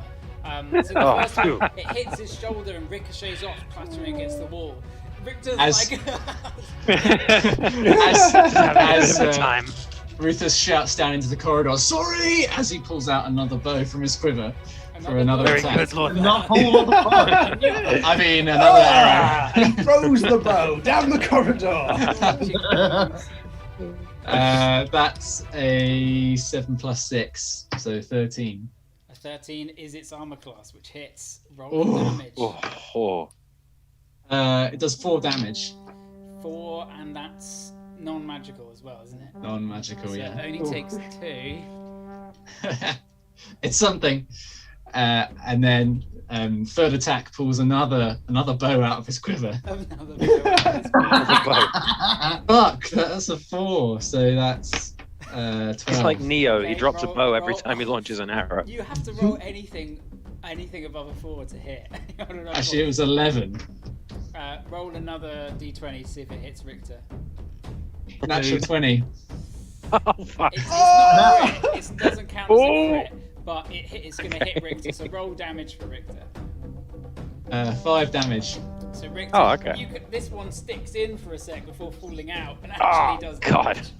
It's like, Seeing that was utterly fruitless, Rufus unplugs himself from the hole with a suction noise and takes a step back allowing Dylan to make his move, and seeing it was Dylan makes fruitless. eye he's- contact and gives him a knowing sigh. Very proud. You dick. Yeah, that's it. That's my Richter, turn. It is your turn. Feeling withered and pierced from multiple angles, Richter, he almost doesn't feel strong enough to use his halberd. He leans back, levels his hand directly at the wall in front of him, and launches an eldritch blast into the pool of shade that's clinging against it. It will be with disadvantage as it is a ranged attack, unless you've taken No, a feat. no. Remember, I got close quarters. You've got close quarters, of course. Yes, So so that's I 25 always to hit say that one. And I always Mm. forget. A 25 It's all to good. hit, you just level it at 25 where to its hit. face is, and it just roll for damage. And can I roll?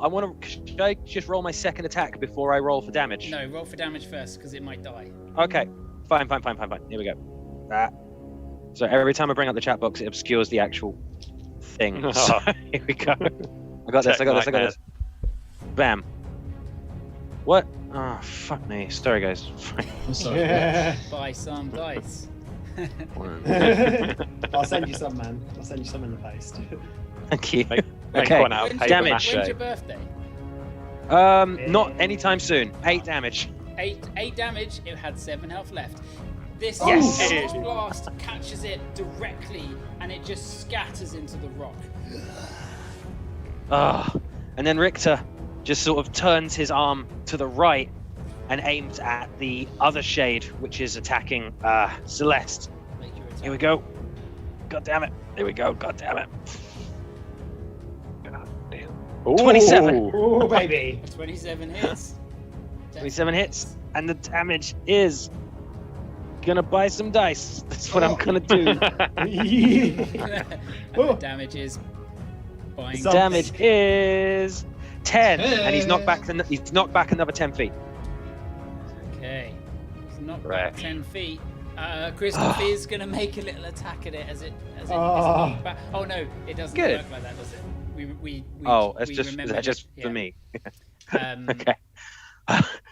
Richter's gonna have some PTSD from this whole Are experience. you going to move anywhere?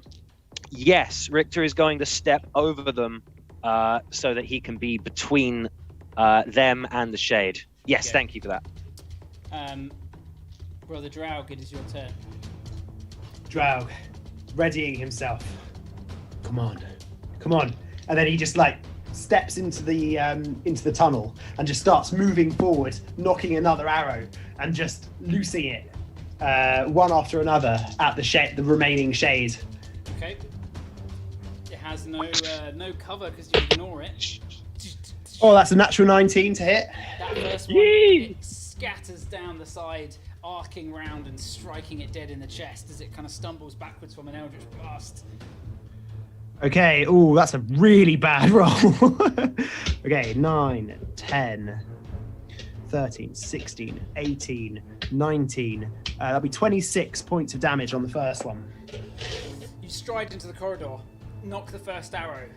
It fires down. How would you like to end this shade's life? I like to imagine that Richter, as he steps forward nobly to protect Celeste and Christoph, just looks behind him at that last moment as an arrow just streaks past his shoulder and past his cheek and just plunges into the face of this shade as it just disapparates. Yeah. Separate!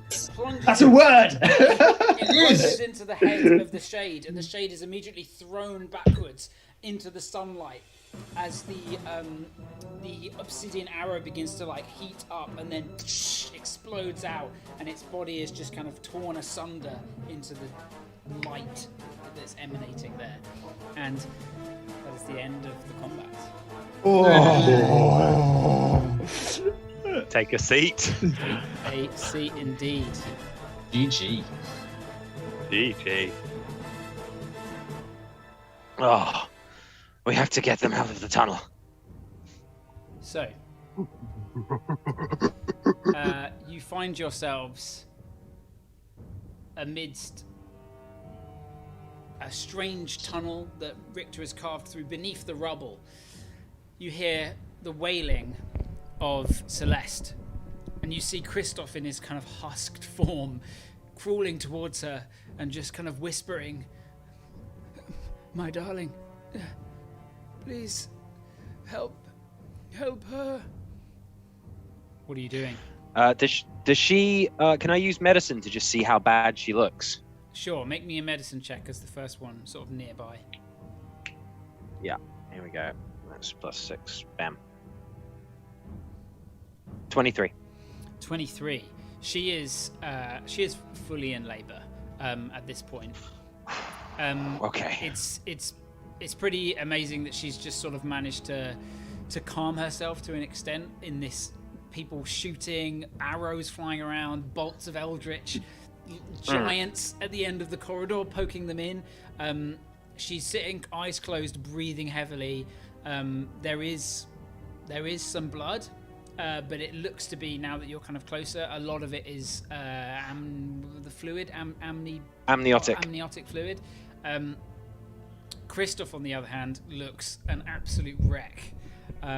Okay. He is on 2 strength, which is even less strength than Zook. Zook's only able to move around because of the circle. It allows him to kind of hover about and like. But Christoph is like, unable to move essentially. Okay. Good we've got 3 in giants. that case, With the 23, Richter is. you would know that Oh. healing magic on Yes. someone that's pregnant and giving birth Yeah. is unlikely to be a good idea. Oh. I Mainly see. because healing magic doesn't understand. kind of Does it things that are think going it's a on. parasite? Oh god. No, you can heal. You can definitely heal, like to an extent. You already actually did use some healing on her, but it wasn't healing Right. to do with that area. Right. Trying to heal, let's say, a tear while giving birth is gonna do the opposite of what it's gonna end up interfering with It's gonna be a with kind breach. of nature essentially. Okay. As kind of natural as healing magic is, healing magic isn't sentient, doesn't understand. You don't just shoot everyone up with morphine when they're A sick. great Okay. example of that is the Loxodon that got covered by the boulder, and then you tried to. This is a different campaign, everyone. No. You tried to heal him while he was still crushed under the boulder, and as a result, he kind of malformed and tried to heal, and then ended up, his whole face exploded out. Re-exploding. It all He Cronenberg. sort of re-died, which was terrible. Okay, man. knowing this, Richter will, feeling somewhat weakened, but with still 13 strength, he will try to basically pick Celeste up. With 13 strength, roll me an athletics check. Okay. All right. It's a +1 on 13, isn't it? Yeah. Yeah, +1. Yeah. But if you're Okay. proficient, you still get your proficiency bonus, obviously. Oh shit, it's bad. Would Okay, you it's get? 4. A 4. I got 4. You attempt to try and lift her, but your arms, you're having a hard time holding the halberd and the armor that is on your body. Your strength. Okay, your I just strength start- is way less than it was, and you're finding it difficult to kind of get to grips with even. I just start screaming, "Help! For the love of God, get to a normal size and get in the fucking tunnel!" I'm gonna say that like a minute's gone past, so Rufus will shrink down to normal size again. Sure. I think in that first minute, what's everyone else doing? Am I still a giant? Yeah. Yours How also long- lasts a minute, I believe. I'm gonna. Knowing Okay. that there's still danger present, not that the others might not know this,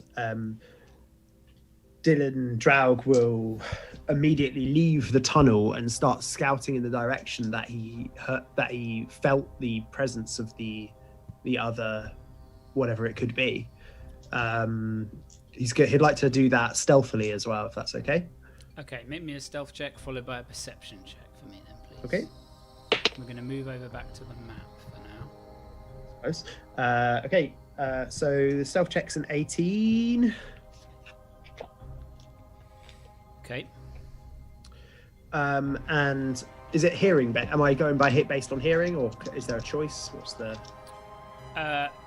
Yeah. I mean, yours is pretty much always hearing. Okay, so that'll be a 27 on the perception check. That's good. Hearing and listening out into the dust, you can hear what sounds like fighting. You can hear people shouting. Okay. You can hear what looks to be what looks to sound like what sounds like. Yeah. Daredevil, by the way. People like chanting or shouting, but in unison. It's hard to make out what they're saying because there's so much noise kind of going on. Yeah. You can hear clashing of steel. You can hear some screaming. You can still hear the fire that burns over in this building here. I've just marked it with grey. This whole... Where would I be? This whole section here is like all just grey and dust. You're kind of, you've moved out a little bit further outside. You're kind of where the crowd would have been, or where you fell before. Okay.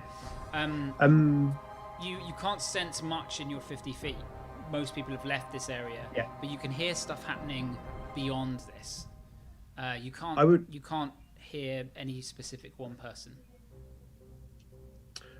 I'd like to start scouting in the direction of the Church of Salune, trying to see if I can find a clear way that direction.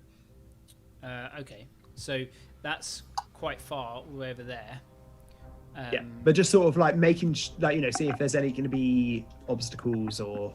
How far are you wanting to go? Because that's like the other side of. Within 120 feet. Okay, so you really can't get that far. You can't even get out of the dust. Okay. But you begin kind of scouting around. You kind of coil your way around the side. Meanwhile, Zook, what did you want to do? Guarding the entrance to make sure no one comes anywhere near it, basically. Okay. Dutch and Rufus, your form shrink back down. Yes, Zook. Sorry, for the remaining time, I'm just going to keep pumping healing into Christoph. Right. How many more times have you got? You've done. So I've done two. So I've got 8 more times. So 16 d8. I'll do that now, and then carry on. I'll do that. All right. Rufus and Dutch, you shrink back down to a normal size. As soon as Rufus shrinks back down to size, he plunges into the tunnel. What are you waiting for? We're not safe here. We need to get to the temple. Someone help me. And Rufus goes up to Celeste and Christoph and attempts to pick up Celeste. Can I assist with that?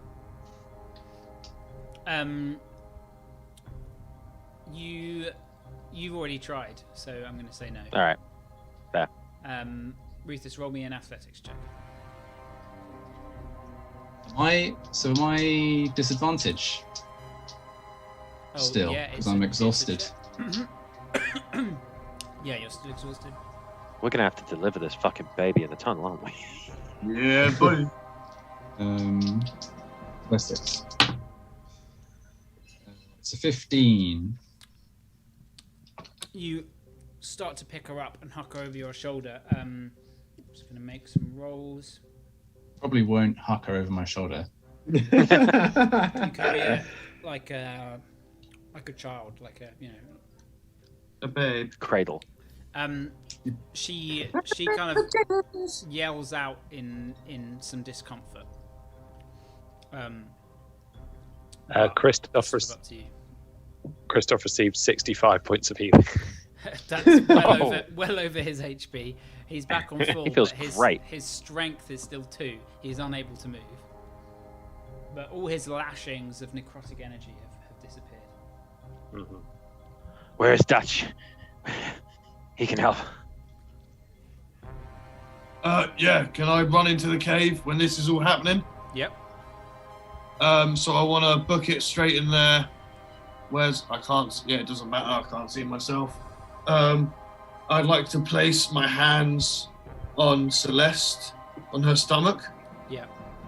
And I'd like to pray to Luthic and cast, while casting Bless. Okay. I'll be like, Luthic, she might not be a follower of you, but she is still mother trying to deliver a child. I pray for the baby's protection and the safety of the mother. And bless the baby, the mum, and the cripple man. And Christoph.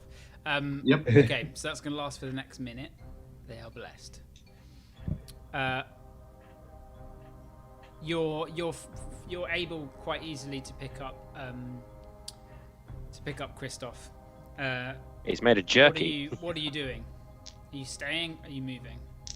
As soon as I pick up Celeste, and Dutch has blessed everyone, making my way straight out of the tunnel and heading for the temple. Okay. As soon as I hear them leaving the tunnel, Dylan will let out a sort of whistle to notify them of where he is. That was a good whistle. The dust still kind of like shrouds most of the vision, but you can see a bit further. It's still getting in your eyes and in your mouth, and it's not particularly nice to breathe. Mm. Are we able to catch up with Dylan? Yeah, he's not too far off. You can hear the whistle. I run towards that, hearing it's Dylan's whistle, and as I come up to Dylan, can you disguise her? She's not safe out here in the open. My ability to disguise myself does not transfer to another. I apologize. There's nothing I can do in this situation. Or make her invisible? My powers in that regard are spent. I can scout ahead. That's the best I can do. Please, make sure the way's safe.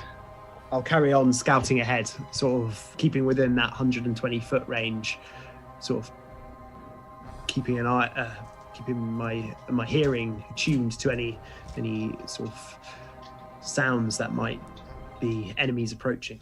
Okay, you begin moving as a group. Zook, knowing that Dylan's up ahead and we've got a good set of eyes up ahead, I'm going to take the rear guard and keep a bead on anyone. Ears up ahead. I'm going to keep eyes on anyone that might be approaching from behind. Yeah, because you don't have ears and he doesn't have eyes.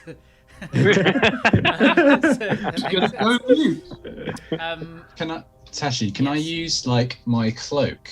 Can I throw my cloak over Celeste in my arms? Yeah, sure. Just to like cover like her. Breathe as well, so that's probably for the best. You just bundle her up and begin kind of carrying her. She's much bigger than you. You're only a small gnome, but you are jacked. So you're able to keep a fairly okay pace, but you're exhausted. Your speed is halved. So you're actually very slow compared to everyone else. Yeah, I do have extra long legs. Your speed is still halved. So you're moving at the pace of Ruthus, essentially. You begin to head east. I would like someone to make me a survival check to kind of essentially navigate in the right direction. I can do that as I'm up ahead. Yep.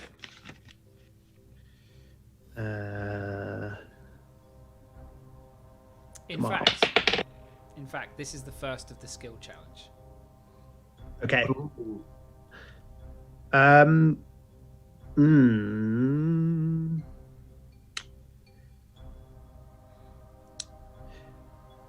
Did I get an inspiration? Yeah, sorry, I didn't say, but yeah, you of course get an inspiration for your amazing catch up.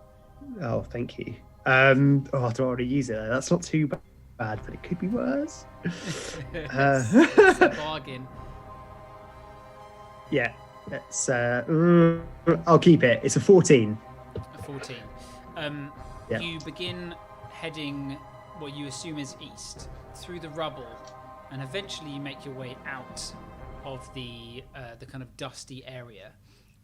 You get to about here, and you can see through the alleyways here and beyond what looks to be, or at least what sounds like to you especially, a crowd of people shouting and kind of shields and swords and things hitting each other. You can hear kind of screams and like a chanting.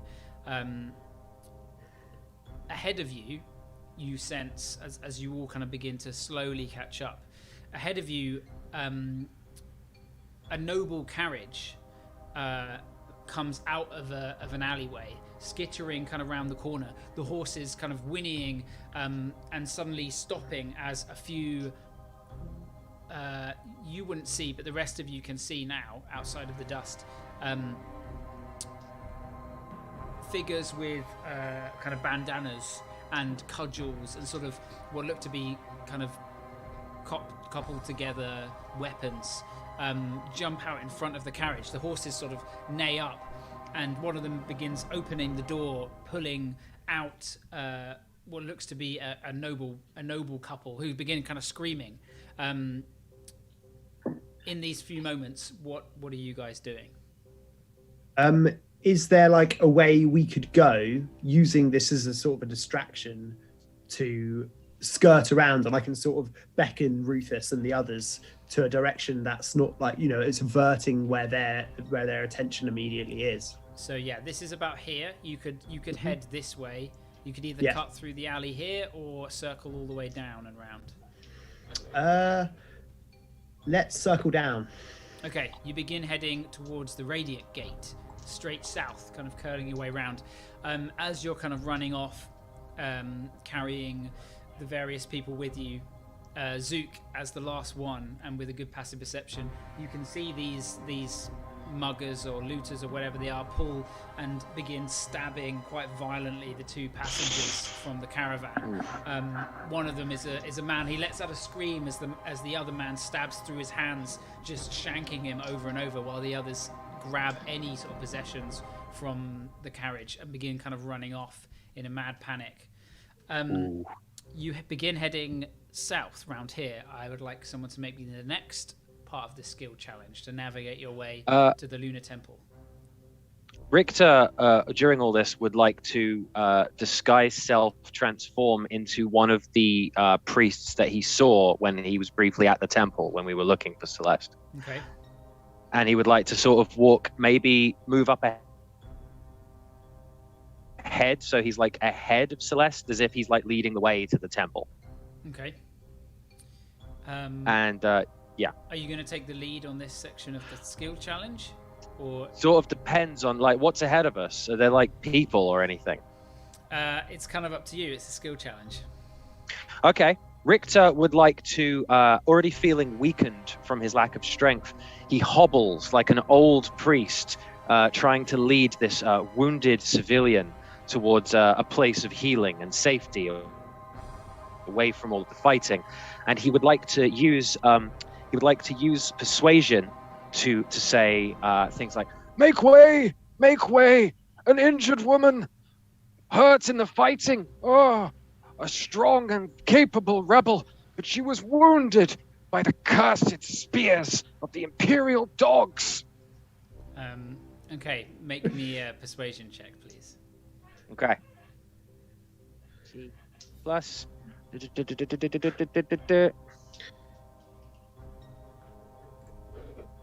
21. 21. Oh, some of the people up ahead, seemingly most of the people out on the street right now, you can't see any guards about at all.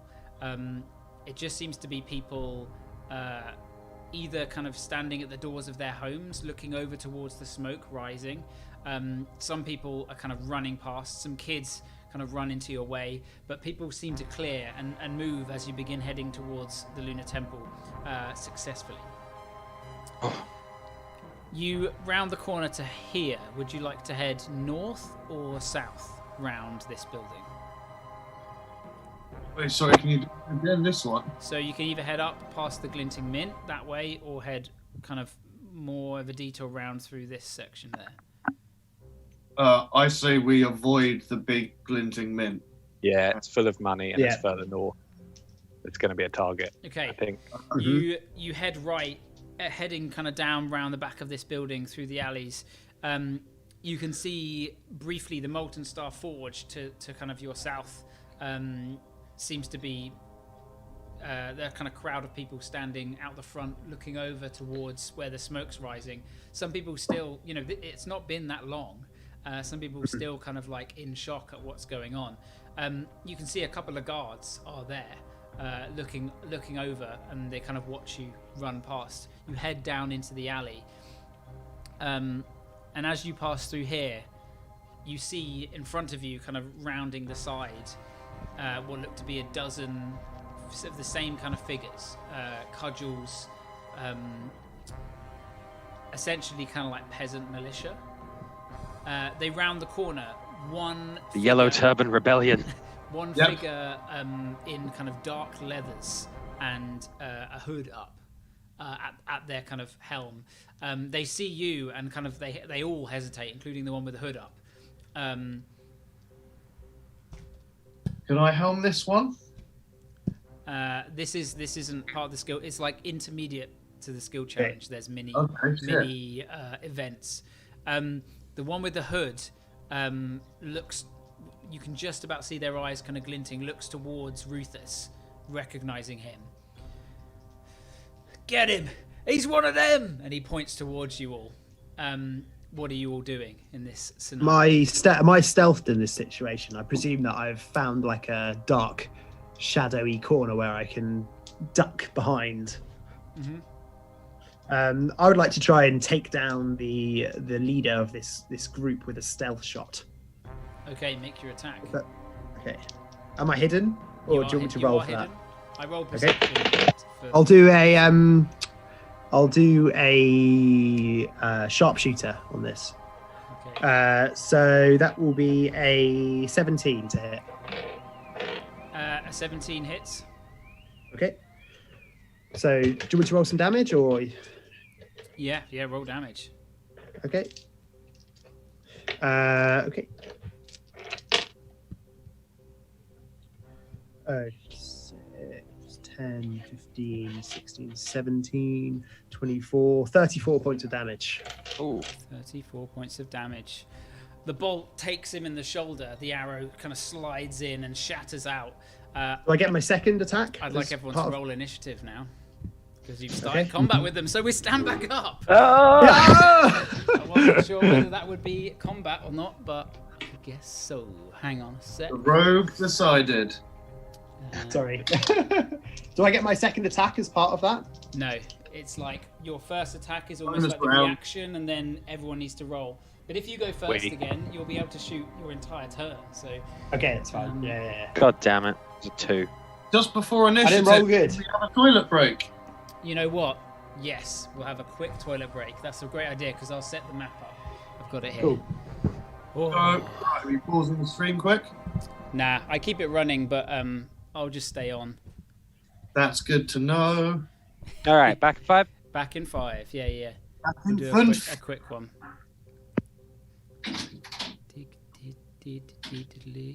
Hey, who's there? Let's have a look. Who's watching? Ding, ding, ding, ding.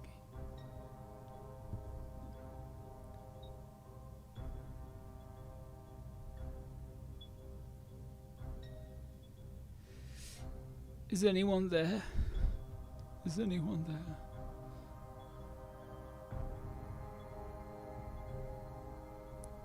Is Chris? Chris, are you there today? I don't see anything in the stream chat.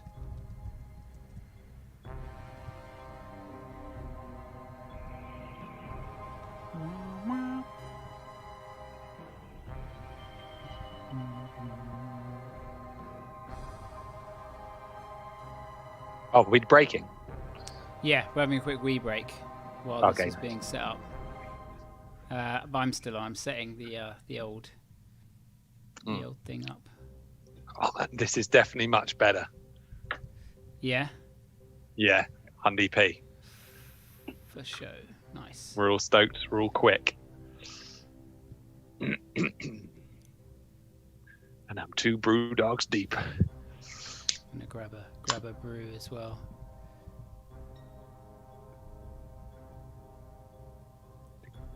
Rig-a-ding, rig-a-ding-a-ding, ring-ding-ding-ding-ding, ring, rig-a-ding.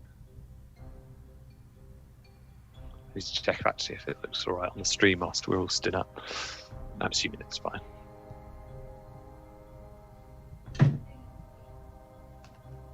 Oh, better turn the light on, actually. It's a bit dark. Yeah, I might do the same.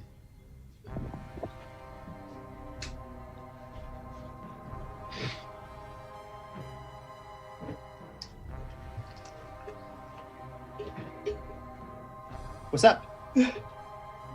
What up? I was Let's like, get what, it on. what would I do in this situation? I would shoot them again. Fine. It's on. I feel like we're being targeted now as nobles, Yeah. or there's some swines. I'm going to take these swines down. Let's quash Oh, this there's a incident dog. rebellion. Come here, dog. Come here. Give me a cuddle. No, Dog. Stay away. Doglet. Doglet. Doglet. Small doglet. I'm going to cuddle you. Come here.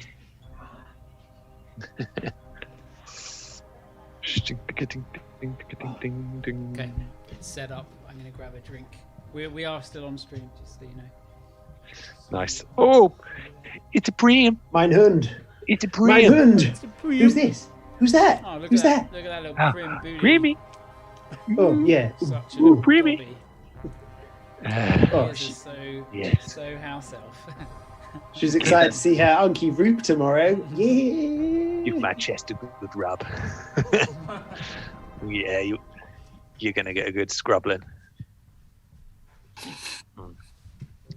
Hello, Roll people who around are the watching the show. If you're there at all. Dog says hello. Hey, Chris. I have no idea how to Ruby see says how many subscribe. Subscribe.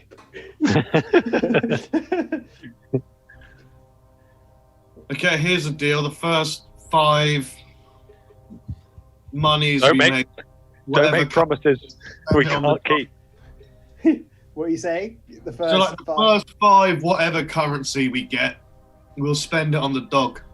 Yeah. So, annoy Yeah. us. Make it Bitcoin. Oh, no.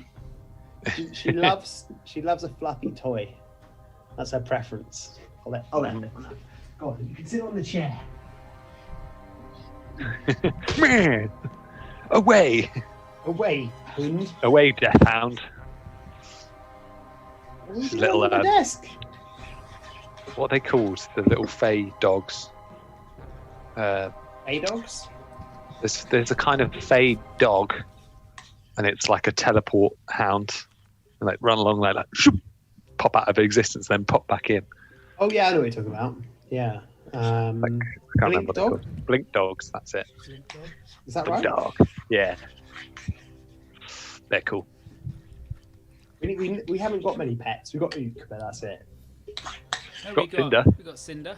Oh, Cinder, of course. Although questionable, can you classify it as a pet? It's technically a kind of extra planar being, Yeah, exactly.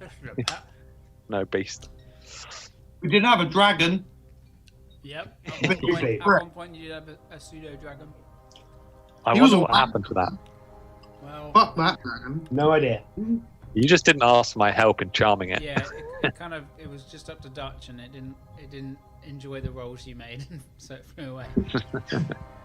Yeah, hard beasts to tame. At least it didn't like burn down our tent with us inside.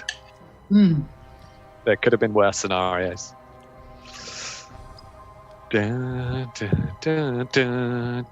Everyone here has reasons to hate dragons.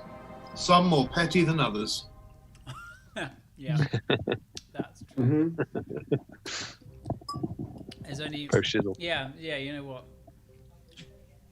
That's pretty true.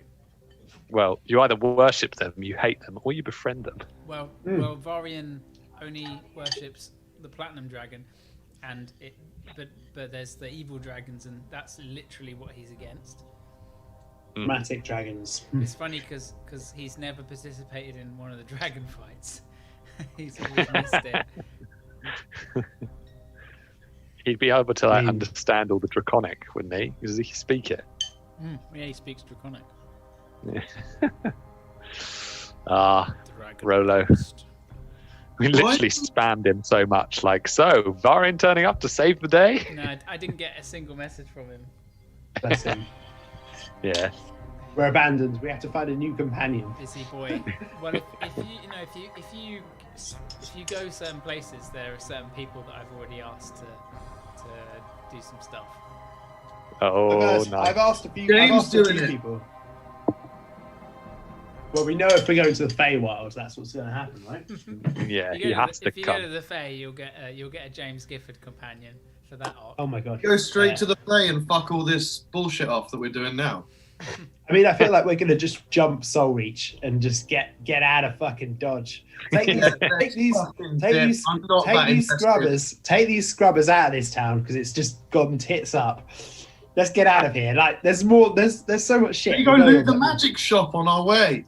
We could do that. But what I'm thinking, Dutch, is, right, we dump these petty scrubbers at the Lunar Temple, and then we head to the Glinting Mint and have ourselves a little bit of a chicka, yeah, get some fucking gold, motherfucker, yeah! You've got to make use of the... Sorry, yeah, It's we not just go real crazy. It's not real money in banks, is it? It's like zeros and shit, and they can just make more with computers. But it's not computer land. It's land of gold bars.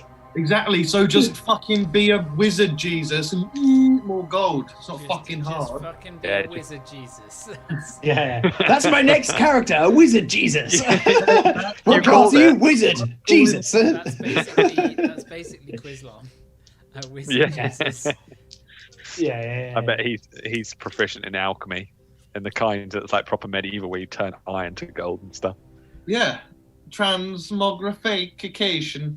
That's it. Transmutation. That's definitely what it is. Okay. We need to Where's that Rufus? Transmogs. I'm ready. I rolled really badly on my Okay, initiative. let's start then. So, heading over to the battle map. I rolled a Can you hear me? initiative. Yeah. Oh, it looks hey. good. Oh. Hey, so Just that was quite an eventful toilet break for me. Oh no! Oh. What happened? There's almost blood. Yeah, I fell on the stairs. Oh, no. I fell on the stairs kind of badly. Now my knees and shoulders hurt pretty bad. But then when I got into the room, I kind of forgot that the bottle of Coke I opened, I dropped it when I fell on the stairs. So I just immediately erupted in cola all over me. So I'm wounded and sticky, and that means I'm ready for battle. Ooh, that's how we all feel in game. Maybe you're taking immersion too far. Yeah, this is laughing, brother. That's what it is. Okay. What's just happened? You just fallen down the stairs and covered yourself in I sort of fell up the stairs while holding a bottle of Coke and a bottle of whiskey. Oh, fuck. But don't worry, the whiskey's okay. That's all we needed to know. Thanks. Okay, good. You could have started All with that to put our minds at rest. So, you see before you what looks to be, a dozen or so of these kind of peasant militia, including one of the hooded figures at their front. And I'd like everyone to roll me initiative, please. We've already done it. I get to re-roll my very poor Can I re-roll my initiative terrible initiative? Oh, no. Have you inputted it into the thing? No. No. No, But do I get to Eternal re-roll not it? showing Because up. it wasn't the option. Input it into the thing. Yeah, I don't my remember one's in the mine chat, was. so I can't even pretend. Still can't see the turn order I'll see character. Yeah, Oh, turn yeah, order's you know blank why? for me. Because I need to remove it and read it. Bam, bam, bam, bam, bam, bam, bam. Whoa. That's a lot of dudes. It's a lot of dudes, but they're hopefully chumps. There we go. Can you see that? Yep. Yeah.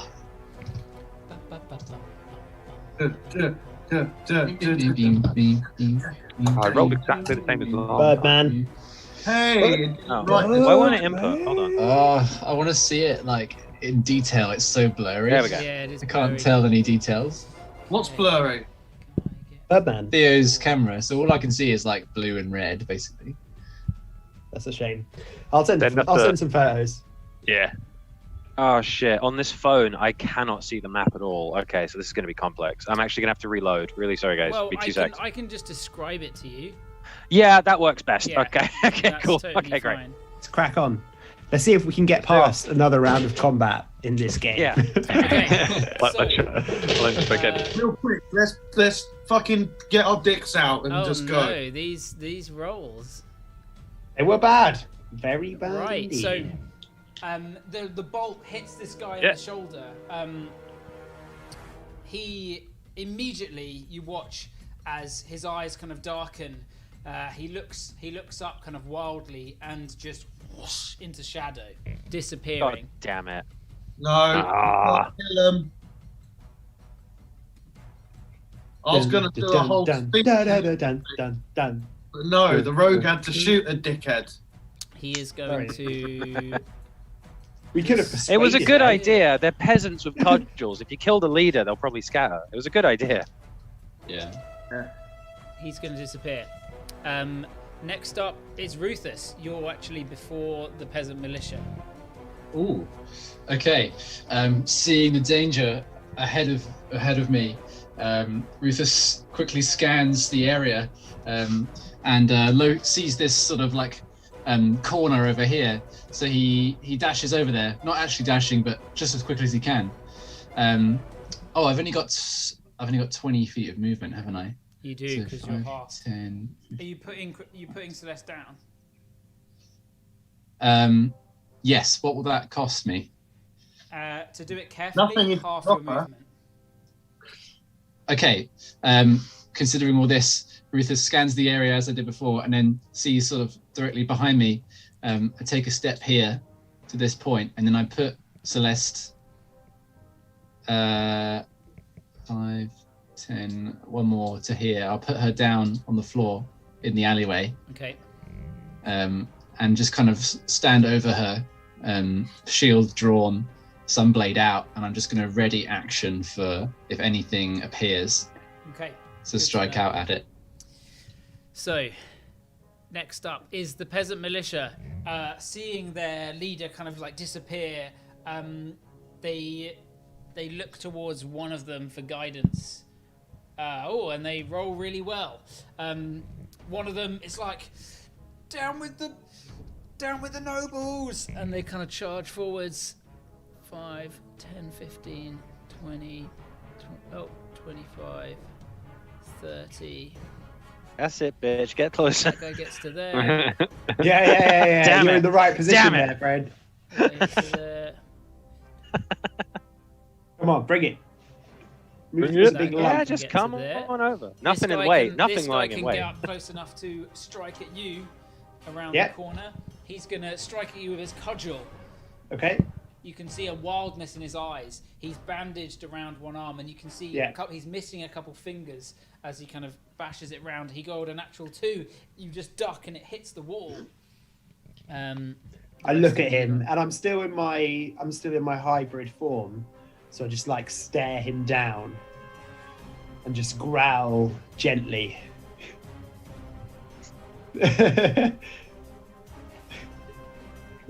He's scared for his life or his butthole. Both. Okay, that's the end of their Alright. turn. They don't have any ranged weapons.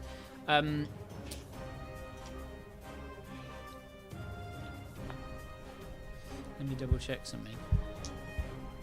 Ding, ding, ding, ding, ding, ding. The guy ding, at the back ding. here, you see him light something, a bottle in his hand, and he throws it over, landing Oh. here. It explodes out as a Molotov cocktail just kind of erupts around you. I need both Dutch and Richter to roll me dexterity saving throws. Oh fuck. It's disadvantage for you, Dutch, because you've got you're carrying Christoph, but you got danger sense, so it ends up being a straight roll. Cool. Dex, yeah? Yep. 4. Oh dear. So I am proficient, so that is plus 7. 7 and 8. 15. No. Yeah, I rolled the 4. Yeah. With why a 7 and an 8? 7 plus 8. So I rolled an 8 and I'm adding 7. Oh, a 7 plus an 8. Right. So yeah, you pass. Richter, you Or got 8 what? to 7. A 4. 4. So you fail, so you take 2d6 fire damage, 5 points of fire damage, half the Dutch, so that's actually only 3. So 5 and 3. Nice. Am I on fire, or did I just get hurt by fire? No, you just got hurt by fire. It's like licks up a kind of the explosion initially, but it's only... It's not napalm, alright. It's a homemade Molotov beer cocktail spirit. It's just cocktail. gin and fucking rags, yeah. It's just moonshine in a bottle with fire. That sounds dangerous. Next up, Zook, it's your turn. Okay, how tall is the building next to me? It's about 30 feet up. Super. I'm going to use my entire gorilla movement to... Well, first, is there any like objects lying around that I can grab? I'm still a gorilla. I'd like to grab any object I can find. Ape attack. Is there anything loose that I can grab, like a nice big sort of projectile rock? There are some crates near. Yeah, near you. I'm going to grab a crate, huck it under my arm, and I'm going to climb the building with my 30-foot climb speed. Okay, you get to the top here. Yeah. And with your passive perception, you see. If I just need to move that. Hang on a sec. With your passive perception, you see this guy up there. On the roof. Yeah. Okay. He's hiding, but your passive perception is better than his stealth. I just see him crouched there, and I slowly raise the crate above my head and just launch it down on its ground. Gotcha. Make me an attack. For a 14. A 14. A 14 doesn't hit. Oh, that's... I just smash it on the ground next to him. I go and just start angrily beating my fists on the ground. To the side, like sort of tumbling and pulling out a short sword and dagger. Well, that's my turn. Good luck. Dylan, it's your turn. It is. Dylan, I presume he's just got his bow stowed at this point, and then he just dodges out the way as this individual swings a cudgel, and in reaction he just thrusts his left hand forward, making an unarmed strike with his bestial claw. Nice. That will be please for damage. That will be a 16 to hit. That hits. Okay. What is so the minimum damage that you can do? The minimum damage I can do, that will be 8 points of damage. Hang on a sec. Is everyone still withered from the Shadow's strength touch? I'm good. I am still. Yeah, you should be. Well, as my bonus action, I will. Roll for damage. Roll for damage. As a bonus action, I'll also pulse a Crimson Right into it as well for an extra d6. Okay. So I take d6 of damage for 5. I'm already a little bit low. So down to 72 hit points. So that's going to be 2 d6 of slashing for 4 plus 7. So 11 points plus a d6 of psychic for 1 point of psychic. So 12 total. You slash at his throat and he just clutches at it and falls dead to the ground. And then I'll just move forward to the other.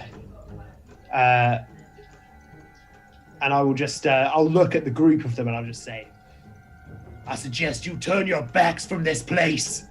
Make me an intimidation check, please. Okay, fine. Which I do now have. Oh, that's bad. A 8. An 8. Ah.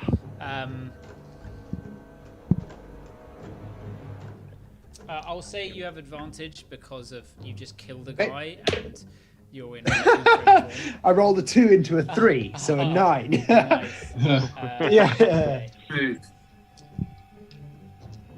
Okay. Can you do it like a- Even with that, 4 of them run. I rolled under your intimidation for their little bravery check. Ooh. How many run?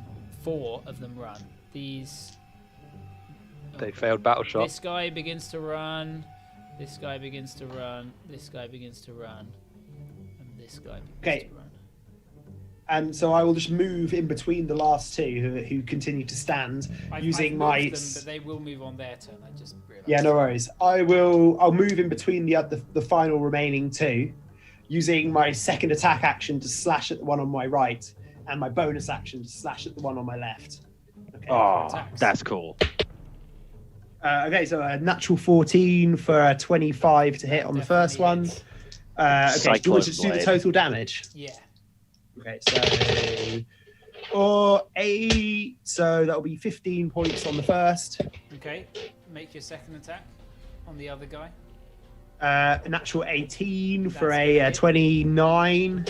Definitely. Doing that will be 13 points of damage on the second.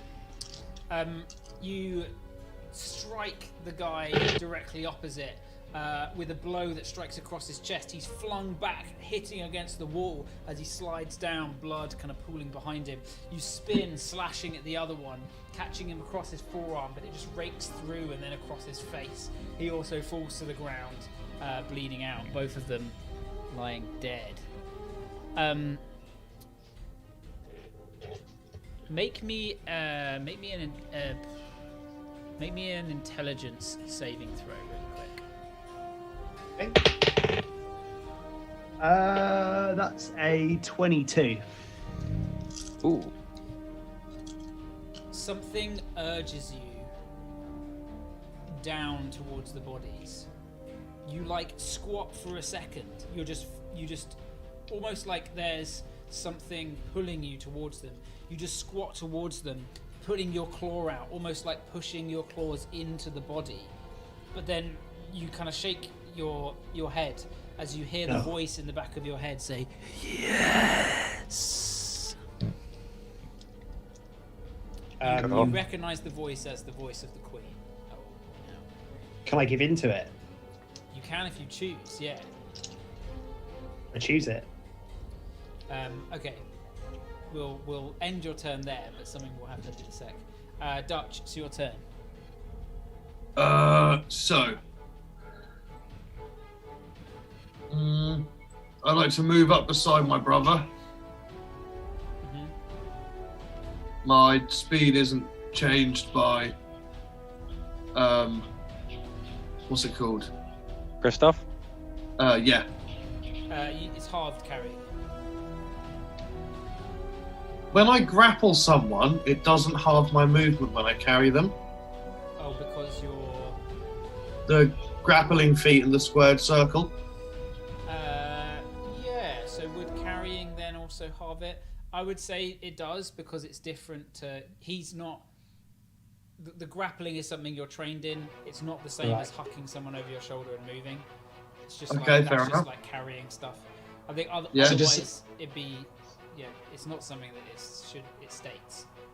So does that mean that my movement's already halved, and now I'm carrying someone? Is it halved again? Good point. Yeah. So I'm only going to move 5 feet. Yeah, good point. Yeah. Oh, yeah. However, I got you to roll pretty well on the athletics check. So you make me an athletics check, Dutch. That's probably the best way of doing it, actually. Okay. Oh, okay. 13. It's going to be halved this round. Okay, so I get where I am then. Yep. So These ones they're fleeing now properly, aren't they? The other ones are just that you can see they've turned around and they're starting to run away. They're like dropping their weapons and just like running off. Yeah. Nothing else to see, is there? So Dutch is done. Okay. Richter. Richter, at this point, he notices that Zook fled up the building with a crate, and he sort of expected some sniper fire by this point, but it hasn't come. So Richter's gonna step south a bit. Sorry, I can't read. Yeah, can you like just move me 2 squares down? Yep, to hit. And he's just sort of gonna like peer up, sort of like wondering why Zook hasn't done anything. You can't see. You can see Zook because he's so tall, and it looks as though he's just thrown like a crate down, and he's slamming his fist, looking sort of further along the building. You can't see anyone else. Okay. I think I'm gonna hold position then. I'm gonna hold. I'm a bit concerned as to what's going on. So he's gonna. Yeah, I want to sort of like be ready to launch an Eldritch Blast if I need to. Okay. Move on. Celeste. I will roll for Celeste. Oh dear, 4. Celeste lets out another loud moan of pain. Oh jeez. Christoph, he's not doing anything. Okay, back to top of the round. It is the Shadow Initiate's turn. Looking up towards this ape and down at what looks to be his comrades fleeing. He's going to make a quick perception check. Oh, I caught that. He is once more going to pull his arm up and slash the blade down across it. His eyes sort of rolling back as the blood pours out into dark flame. He's going to disappear. He's going to appear here. Striding 5 to here. He begins to walk up, pointing towards Celeste and you, Rufus. The hood sort of falls back, but you don't recognize his face. He just looks to be a very kind of generic looking, potentially Soul Reach villager or city folk. Pulling out the sword and dagger, he lunges forwards towards Celeste, but you're ready with your held action. Jump forwards, meeting him, make your attack. Okay. It's 15. A 15 hits. Oh. It does. Oh, okay. Oh. And it does 16 damage. 16 points of radiant damage. Okay. It strikes down his shoulder, and he lets out a sort of scream as shadow begins to erupt from one side of his body. And he falls to the ground, eyes rolling back, as a shadow again emerges from his corpse. That is going to end his turn. More of them. Rufus, it's your turn. The shadow stands. Daylight now, though. In the daylight, that's got to hurt. The shadow rises up in front of Rufus, and Rufus wastes no time using the time it takes to bring itself to its full height. Rufus immediately strikes it, knowing that it's weak to the radiant damage. He brings a slice in the leg and brings it up the body for a 19 to hit. 19 hits. Doing 12 radiant damage. 12 doubled to 24. Ooh. Yep. Ooh. Our favourite man. Cut through it and it immediately kind of, but it forms back again. It's like flickering with the daylight from the sunblade. As it recoils, bringing its arms up to protect itself, Rufus brings the blade across, trying to sever the arm. For a natural 20. Oh! Yeah. Doing, that's a 7 on the dice, so 14 plus 9. Whatever that is. 23 doubled 46. Yeah. That is enough. That's enough to finish it. Yes. Oh my god. The Very second nice. strike, you lop the arm off, but the Sunblade continues across, and you just strike its form in half as it just. As soon as it starts to disappear, Rufus turns back, looking at Celeste as she made a cry earlier.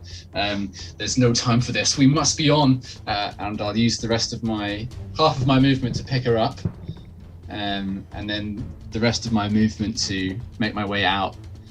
So just another 10 feet. So to like here. Okay. Carrying Celeste once again. The rest of these guys run off, and you see them double dash, scamper out of view down the alleyway once more, and we shall return back to the map. Out of initiative, take a seat. Ooh. That was like a 20-minute combat. Well done, guys. Yeah, very well done. You push past in this direction around the corner. Who is going to helm the last section of the journey of the skill challenge that hasn't gone already? I'll go ahead and I'll, instead of taking the rear, knowing that there's dangers everywhere, apparently, I'll run up to the front and I'll just very slowly put big gorilla hands on the side of buildings and just peek around and make sure the coast is clear at any corner that we go to, and I'll use perception. Make me the perception check. Okay, It will roll. be- solid. It will be as the beast. The greater ape. It will be the greater ape's perception, right? No, I retain my skills. You retain those, don't you? Yeah, of course.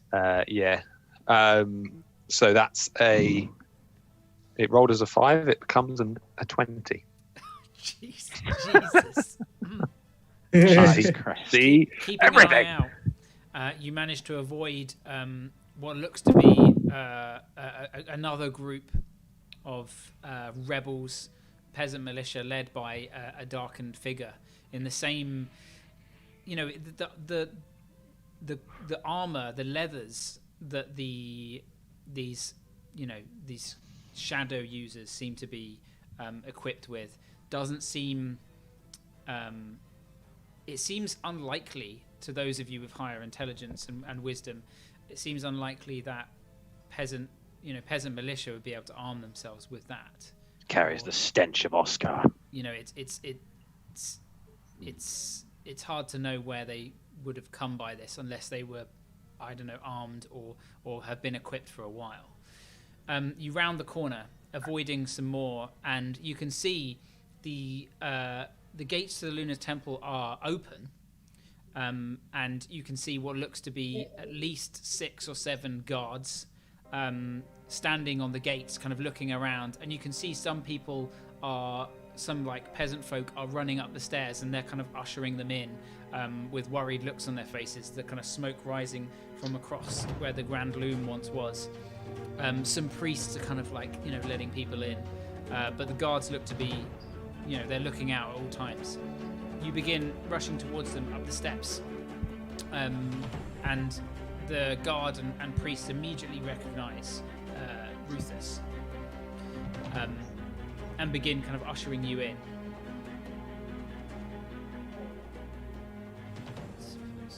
Okay. You enter the Lunar Temple, and I assume the blanket is sort of still over Celeste.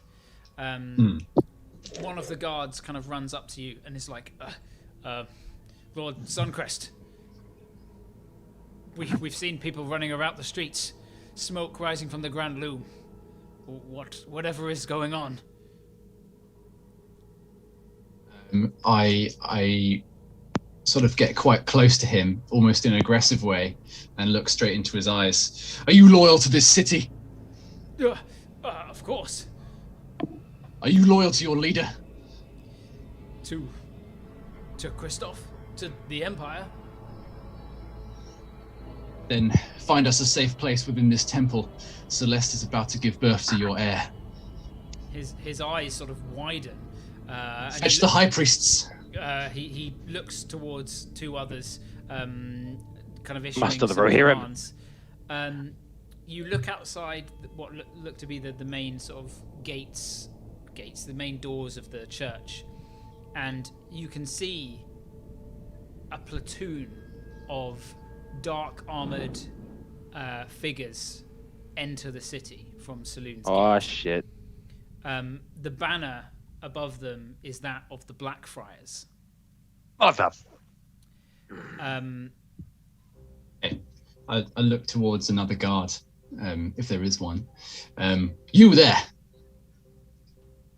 Over here! Yes. God! Quickly!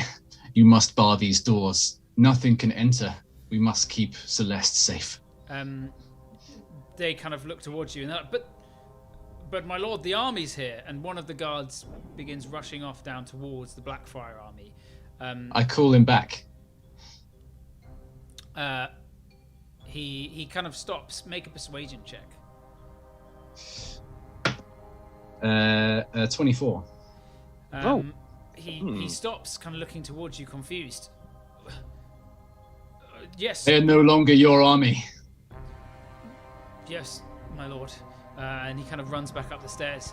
Close the doors. And they begin sort of closing the doors. Great. The head guard sort of turns to you and it's like, I don't understand. What? The Blackfriars? I have reason to believe that the Blackfriars may have turned against this city and are attempting to take power for themselves. But Celeste, she is a Blackfriar. She is. She was. She's something else now. She's moved on from the clutches of their power-grabbing family. It's Malvo and the rest of the family you should worry about for now. Right. Do not open the doors for them. A couple of them begin kind of leading you in, and the priests at this point kind of begin to turn up, ushering you into the center of the temple, where the domed roof acts as like that inverted giant moon. Ruthus begins coughing frantically. The dust in his lungs is just built up too much.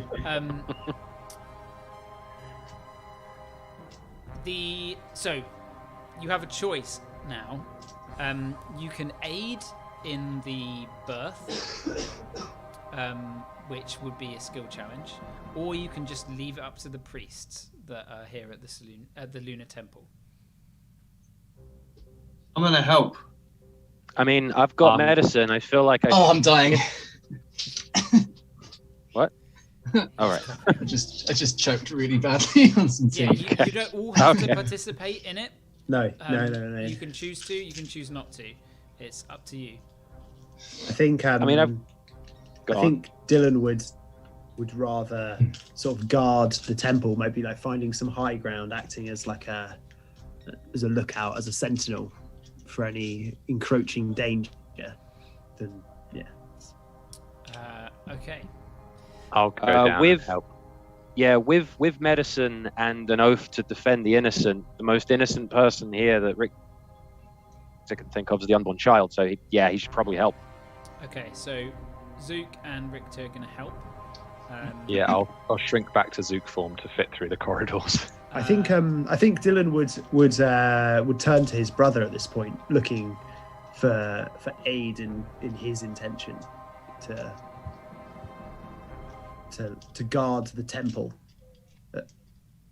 knowing that that Dutch's skills would be well put in this regard, unless he wants to do otherwise. Dutch, what are you going to do?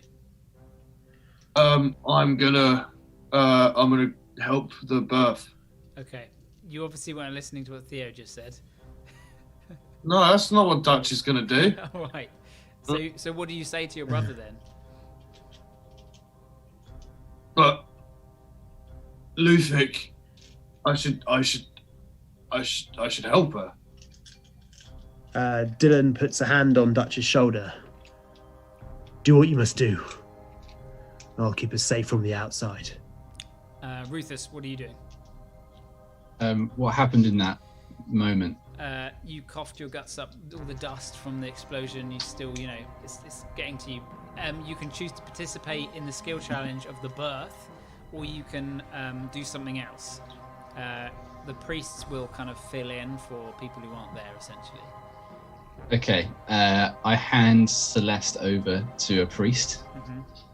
Mm-hmm. You went off coughing, and they began taking Christoph and Celeste to the middle of the lunar temple. Take her, help her. My skills are of no use down there. I could use your bow. Please, come with me. Very well. It's not my forte, but I'll give it a go. They begin taking, so the rest of you that go for the birth, they begin taking you down the stairwell that Dylan once snuck down to the kind of bath beneath, and essentially it's going to be used as like a birthing pool. The priests begin kind of shouting, there's kind of an excitement among them, and they take you all down. The bath, it takes a little bit to start filling up. In the meantime, well, at least heating up. Have Cinder warm the water. Good idea. Yeah, is there any way you want to in fact, your first skill challenge could be something to do with heating the water. Oh yeah, like 100% getting Cinder underneath the pot and just feeding him a bunch of whatever wood they have in the chamber. The child shall shave the child. What kind of skill are you going to use? Or spell? I guess.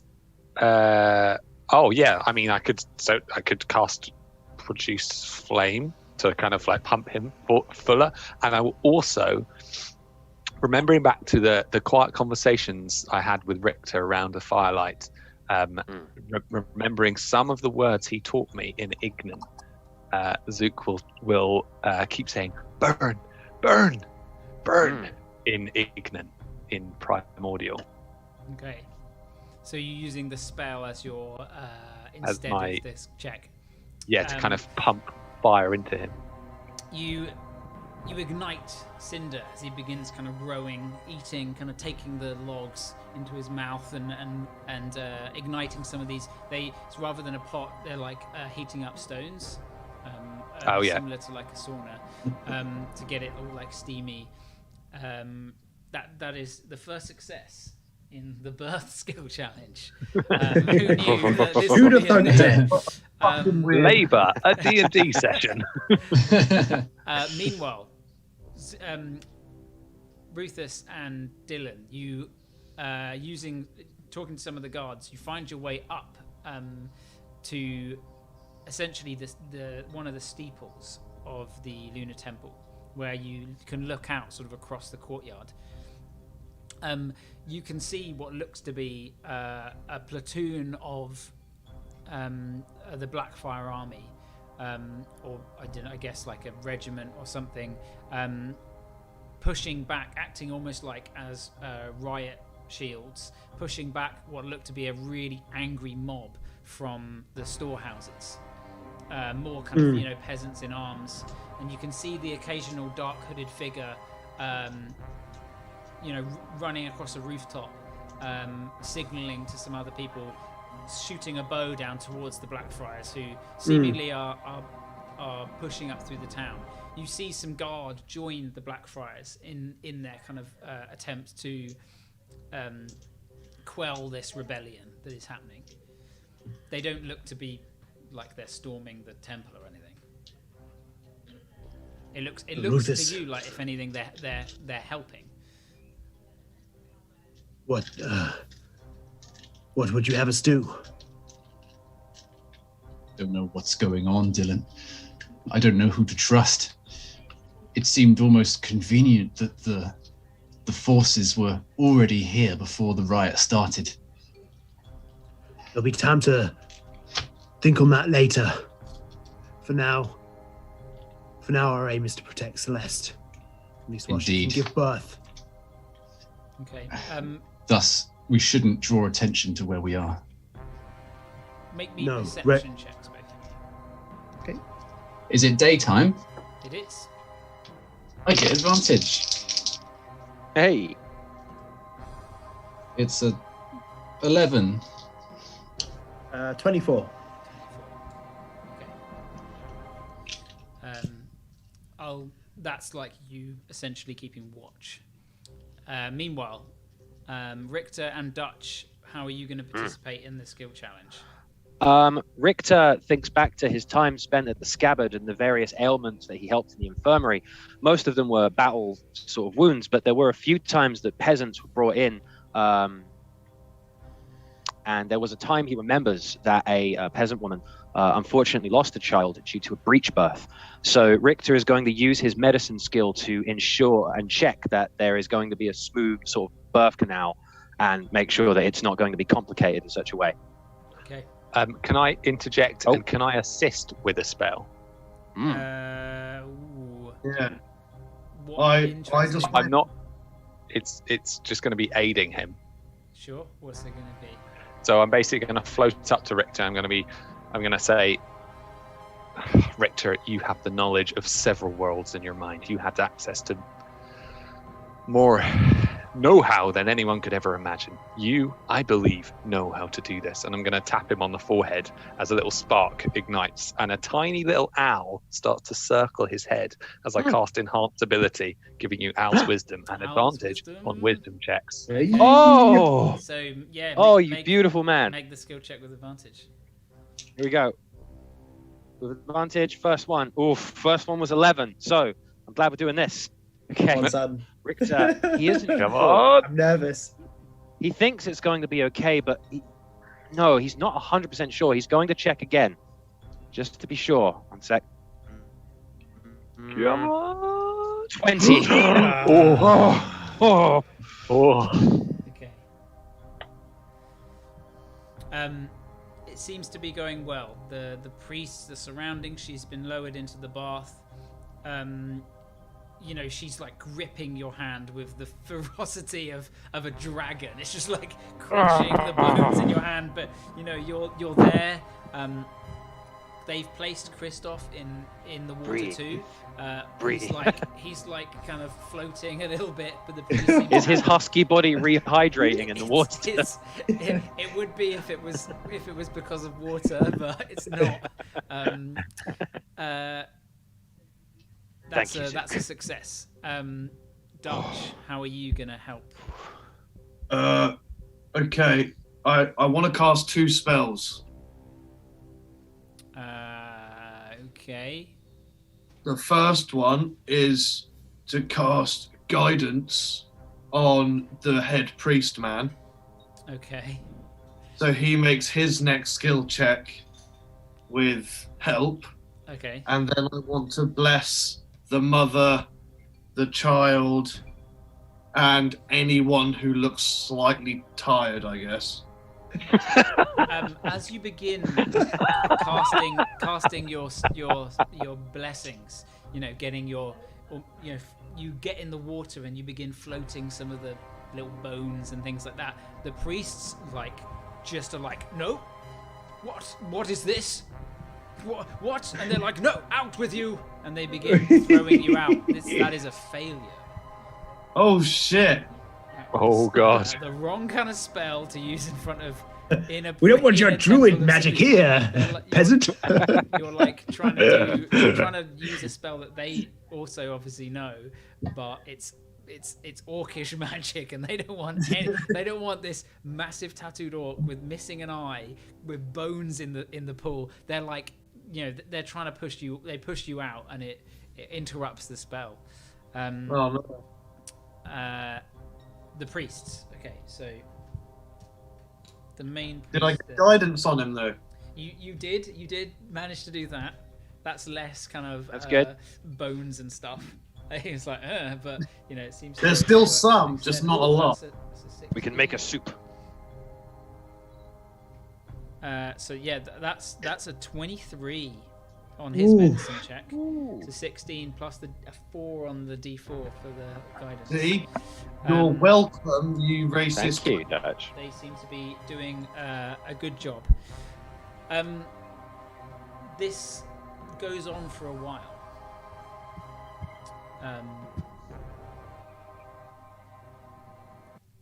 And the fighting outside the temple seems to continue, but you watch as it's not a huge force, but it's definitely like a essentially a small army, maybe 100 men. Enter the city. They begin kind of moving from the east of the town through, and you can see from your vantage point right across, at least using Ook, I imagine you're kind of watching. Ook is oh no, he's dead, isn't he? He's dead. Well, yeah, unless I take an hour to. Oh, in which case you're up there and you can just hear stuff that's sort of happening. Yeah. Rufus, you can faintly see fighting happening on the bridge over to the temple, and eventually the army seems to get to that point, and the crowds begin to disperse as the garrison, the army, the small garrison that exists in Soulreach, the Royal Guard and the Watch, begin slowly kind of taking back the town from this essentially mob and kind of like a protest gone wrong, but there's obviously a lot more kind of going on here. They were banking everything on killing the heir. Yes, essentially. What does the loom look like? The loom, am I able to? You can't even see it. It's just a huge kind of a huge swathe of smoke rising. But from like you moved past that area, you climbed over it. It was, it's like a bomb had hit it, and it's just some of the walls and the kind of the steel and iron elements that held it so tall. Some of that still stands, but the majority of all this masonry it's all just collapsed in on itself. About 40 minutes passes during this time of watching the battle taking place and the kind of birth and you helping, and eventually the noise,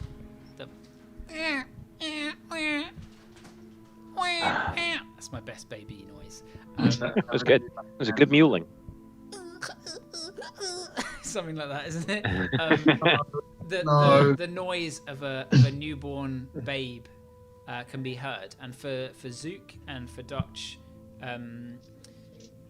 although Dutch, you're actually on the outside of the door. You've been shunned from the room, and so Richter and Zook, you see this child. It looks to be of similar descent to Celeste. It has that kind of metallic shine to its skin, but it has a fair bit of hair, maybe a foot of hair that's just blue. It's almost like this silvery blue that just sort of cascades around it. And as the main priest in the water with his robes holds it aloft, you see that it has what look to be small feathered stumps on the back of its body. You can see a few kind of downy sort of feathers, white and light blue, beginning to sort of poke through, but it's covered in... Do me or Zook know that fact about the uncertain parentage, or is this new to us? I don't know whether... Dylan expressed this, yeah. Yeah, he's okay. relayed that to you, so yeah. Shifty eyes to Zook. What is to be done now? Baby. I'll ask the priest. One of the priests kind of looks towards you. Why, thank you for your help. You're quite welcome. Of course. You are friends of Lord Rufus Suncrest. Close friends. And yes. I thank you for your assistance, both of you. It is a blessed day. Salune has blessed us with this divine child. We shall send word to the capital. They shall want to hear of this. It might put this town in good stead with the rest of the empire. I must ask. Do you think it will? For you to kindly leave now. She has lost a lot of blood and must rest. As for Christoph, he seems to be in some dire way. What ails him? There are dark magics at play. He was affected by what we can only describe as a shadow. We've encountered them before, but his strength has been sapped. I know not whether it will come back, but this seems the safest place. I believe that submerging him in the pool and letting him heal, only time will tell. We will tend to them. I heard noises of battle outside, and I can only assume that the worst is affecting our city here. I urge you to protect this place. And he sort of ushers you towards the door. As you begin to leave, you feel a hand grab your wrist, Richter. And Oh, okay, I heard that. I'm missing a few words here and there, but I heard that. A very shriveled-looking Christoph looks up towards you. Your name?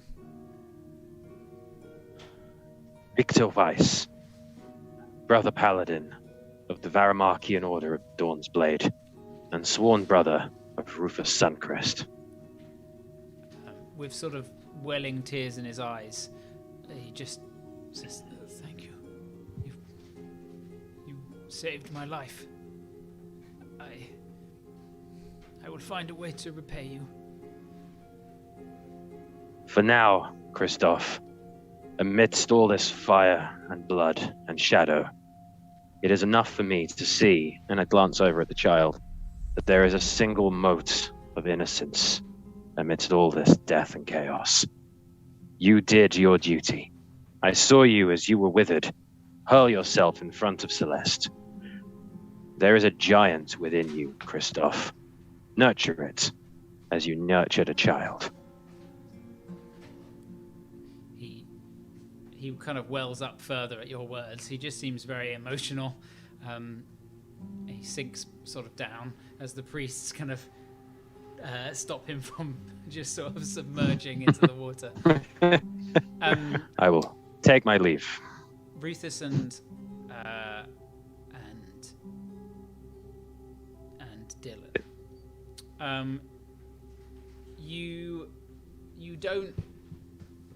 don't see. You wouldn't be able to see this far, but you can hear someone approaching. And Rufus, you can see, although your perception wasn't great, you're not sure who.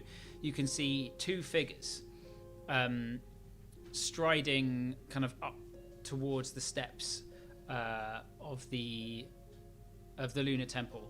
One broad, one tall and thin. Can I? What are they doing? Are they just approaching? They're just approaching the temple. One is like large, like very broad, stomping its way up the steps. The other kind of thin, lanky, almost, also making their way up the steps. Do I think that it might be Malvo and Yasha? It could be. It's hard. You're not very good at seeing stuff. It very well could be. Immediately strikes you as it looks almost like the Devil Twins, like just coming up the stairs. Oh God! I nudge Dylan beside me. Two figures approach. One large, one thin. Are we able to tell that if it's someone I've encountered previously? Make me a perception check. Okay. They're within my 50 foot. They are not within your 50 foot. You're very high up. You're in one of like the steeples. Well, I'm relying on hearing regardless. Yeah. 21. It sounds like the footsteps of Malvo. Sounds like Celeste's father. I presume that because the hybrid transformation lasts an hour, so I'm saying that over this period that's faded. Yeah, it would have, since using it and coming over here. You can see there's maybe 10 or so royal guard from the palace that make a small semicircle at the bottom of the stairs, sort of protecting them. He shouts out, "Open the doors! Is my daughter here? Is she alive? Someone said she saw her." I don't trust this man. What do you think? Can we like If we insight? had to deny him, then this would be more bloodshed. Yeah, I'd like to say I'd like to. Yeah, sure. You can roll me an insight check for sure. I will as well. Got a 1. I got an 11. It sounds like a father trying to find his daughter. You can see Malvo. He's like, his armor is kind of dented in places. He has blood kind of like trickling from his forehead. You remember as the masonry fell, you remember him and Yasha, his other daughter, who had just arrived, were kind of on the edge of the stage at the far end, and so potentially also were buried. Although you didn't see it, you're in the chaos, you wouldn't have seen them actually being buried.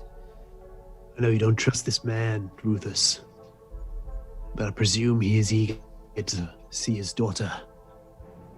If we resist his entrance, then no doubt there will be more bloodshed.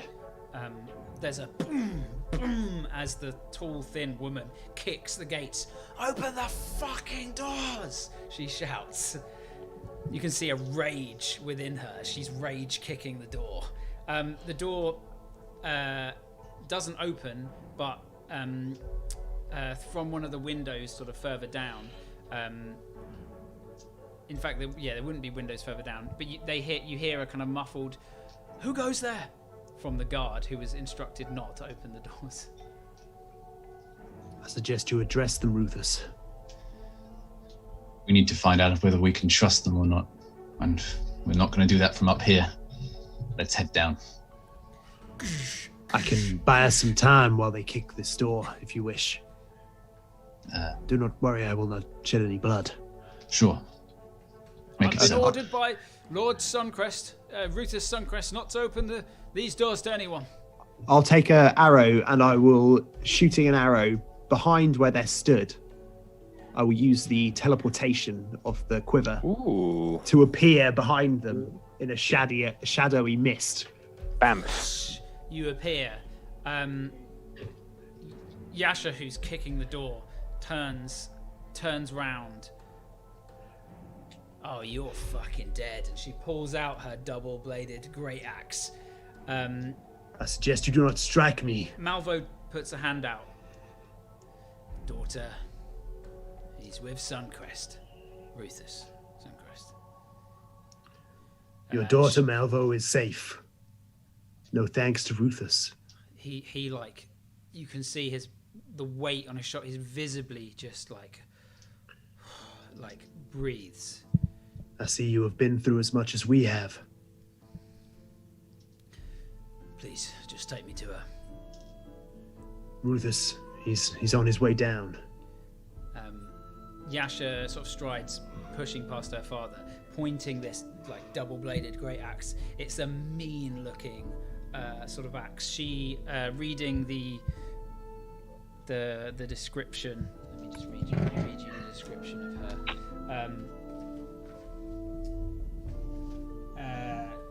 Youngest daughter of Malvo.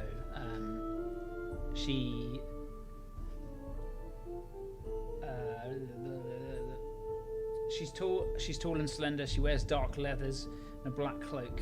Hips hang a quiver, bristling with black-fletched arrows. She also, in her hands, has this double-bladed great axe that she's pointing at in front of you. Seemingly, she's like armed to the teeth all over her. Yeah. Currently, she doesn't have a bow on her. She seems to have a pack of quivers, but no bow. And her again, she kind of subtly, you can tell from your hearing, she's slightly limping as she steps towards you. Okay. She points the grey axe towards you, and she's like, "You friend of the coward, then? Friend of the one who ran away?" Unless you want to couple that limp you have with another injury, then I suggest you lower your axe. And I'll just place a hand on the blade, and just fully looking up with these blackened eyes that I have. Roll me an intimidation check. Okay. Natural 20. Oh. She holds your gaze for maybe 5 seconds or so, and then she sort of does that pretending to be walks off like I'm not afraid of you, but back down, that kind of I'm backing down, but I don't want to look like I'm backing down. Shook. I think at this point, Rufus, you're down by the doors. I'd like to. Would I be able to gauge a further read on them before Rufus arrives? I just want to sort of look for any sense of anything that's not right. Sure. You can roll me an insight check,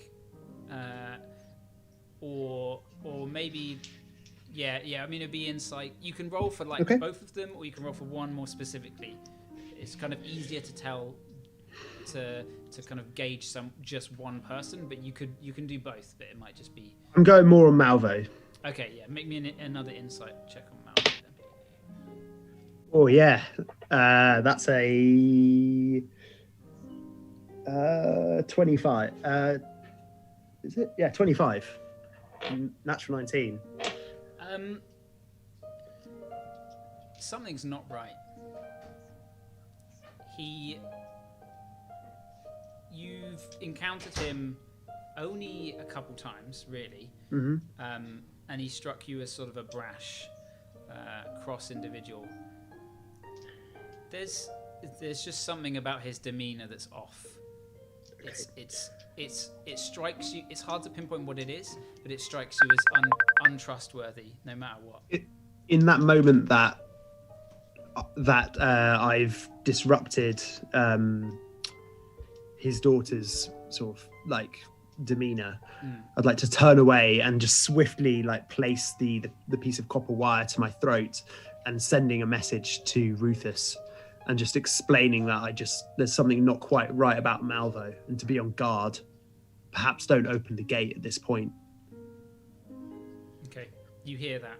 You can respond to the message as well, Rufus. I just say very well.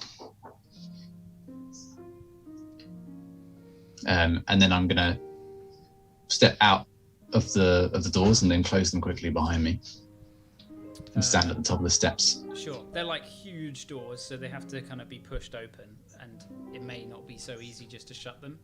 Maybe if you open them, they might rush you. You don't know, just so you're aware.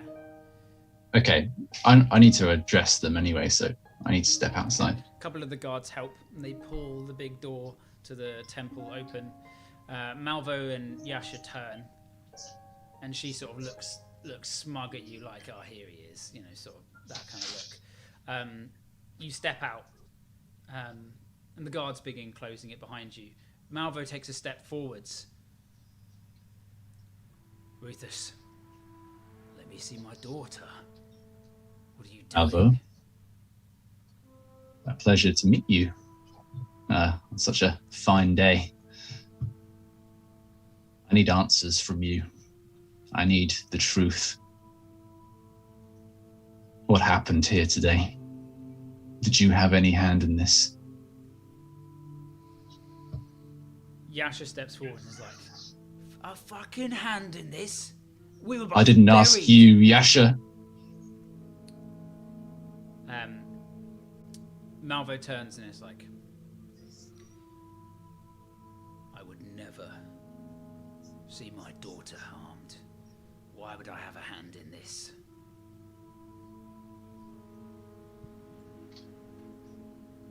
Something's off. Something's not right with you, Malvo. I don't know what it is. But right now, I don't trust you. I'm here protecting your daughter, protecting the air of this city. And if you intend to harm them in any way, you will not enter this building.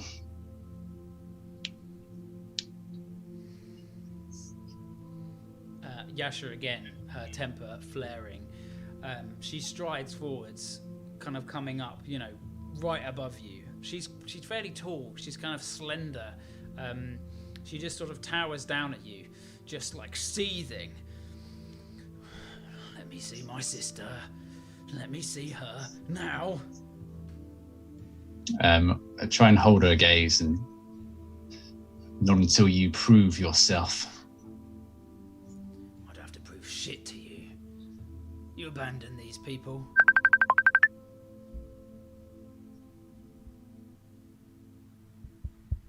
Well, Hang on, sorry. I got a buzz. Oh, yeah. We started late, Mike, so we're probably going to go a bit later. It's fine. I'm gonna go, guys. I'm fucking shattered. All right. Alright, buddy. See you later. I've got to do some dinner. I've got to be up to do a room clearance tomorrow, but I can hang out another 5 minutes. Okay. Mm-hmm. Oh, that's going We're good to finish the up. whole thing. Because Yeah. Hang on, I can change it because Aiden's still here. Whilst you're doing that, I'm listening for any increase in heartbeat of Malvo.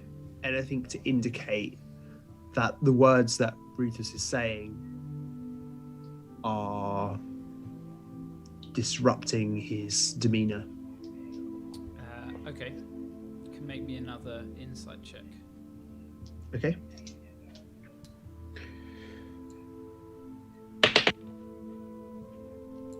Oh, it's not as good.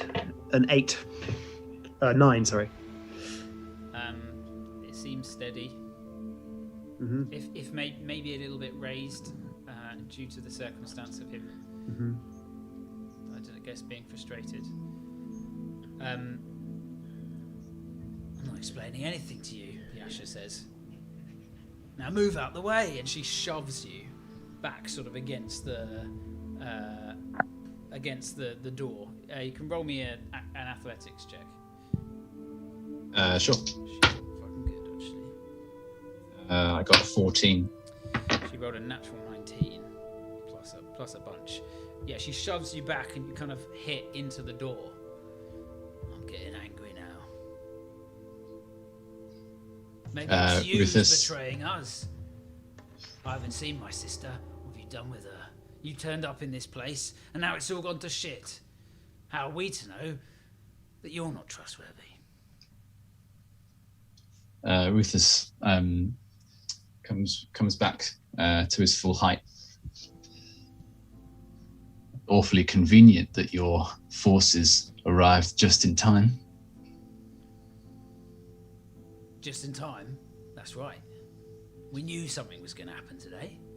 You doing a talk, you being back in. So You knew something was going to happen, eh? How much did you know? I'm done with this. And she pulls out her great axe. Roll initiative.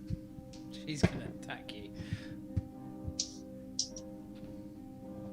I got a 19. And we may as well leave it there. Oh. If people have to go. It's annoying because I wanted to get to another bit. But that's all right. Stairwell duel. We'll leave it there for today. Oh, Interesting. That was good. That was Wow, varied. that- We got a whole bunch of cool stuff done. We had battles, skill challenges, birth, life and death, only with the Gypsies of Fortune. oh man, I feel like there was some good use of maybe some magic items that could probably do with a shout out around now. Yeah, I mean, God knows. I mean, there's never any good reason to sack a city. Never. Unless that city is a place where you can find James Gifford's collection of magical items. Whoa, whoa, whoa, whoa, whoa. Whoa, burn it to the ground. Burn it to the ground. Get that loot, burn it down. Set fire to them thatched roof cottages, burn them priests, get that monastery, and get them magical items, boy, because that is what you're going to build an empire on. Thank you to James for his incredible work. Big up. I would join the rebellion to get hold of these and pillage. Oh yeah, If we can get our hands on those items, I would change sides right now. I would take that baby and I won't even go into it.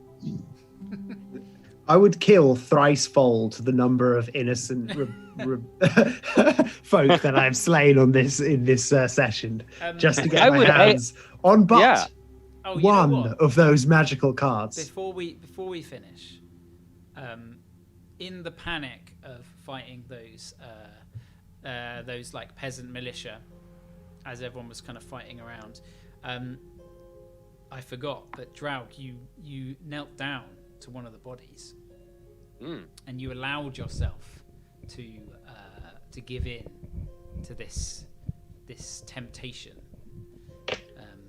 The Queen's voice ringing in your ears. Yes, yes. You knelt down, and sort of, I guess, while your brother was moving up towards you, you began to feast on the blood of this person. Not in your normal sense, like a vampire sucking the blood, not in a werewolf way of eating it, but leaning over the body, pushing your hands and your claws into the body, and almost breathing them in. A part of them kind of absorbed, and you regain the charges in your quiver. What, all the charges? All the charges. Oh. But you have consumed their soul. Oh, Jesus. Oh. I'd like to say that I had myself muted, and when you said roll initiative, and I rolled a natural 19, so I'm on a 25 for me pick up for next for time. Oh, outside. nice. Yeah. Nice. Yeah. What did you get, Rufus? I got a 19. 19. Ooh, very good. 21. 25 total. 25 and a 19. Right. There you go. Oh, that's some sinister shit. Await your message, I love Josh, in the chat, the players' chat, for what you wish to happen. Oh, jeez. Yeah. I need to go, know my guys. That was wonderful. That was Yeah, great. All right. same.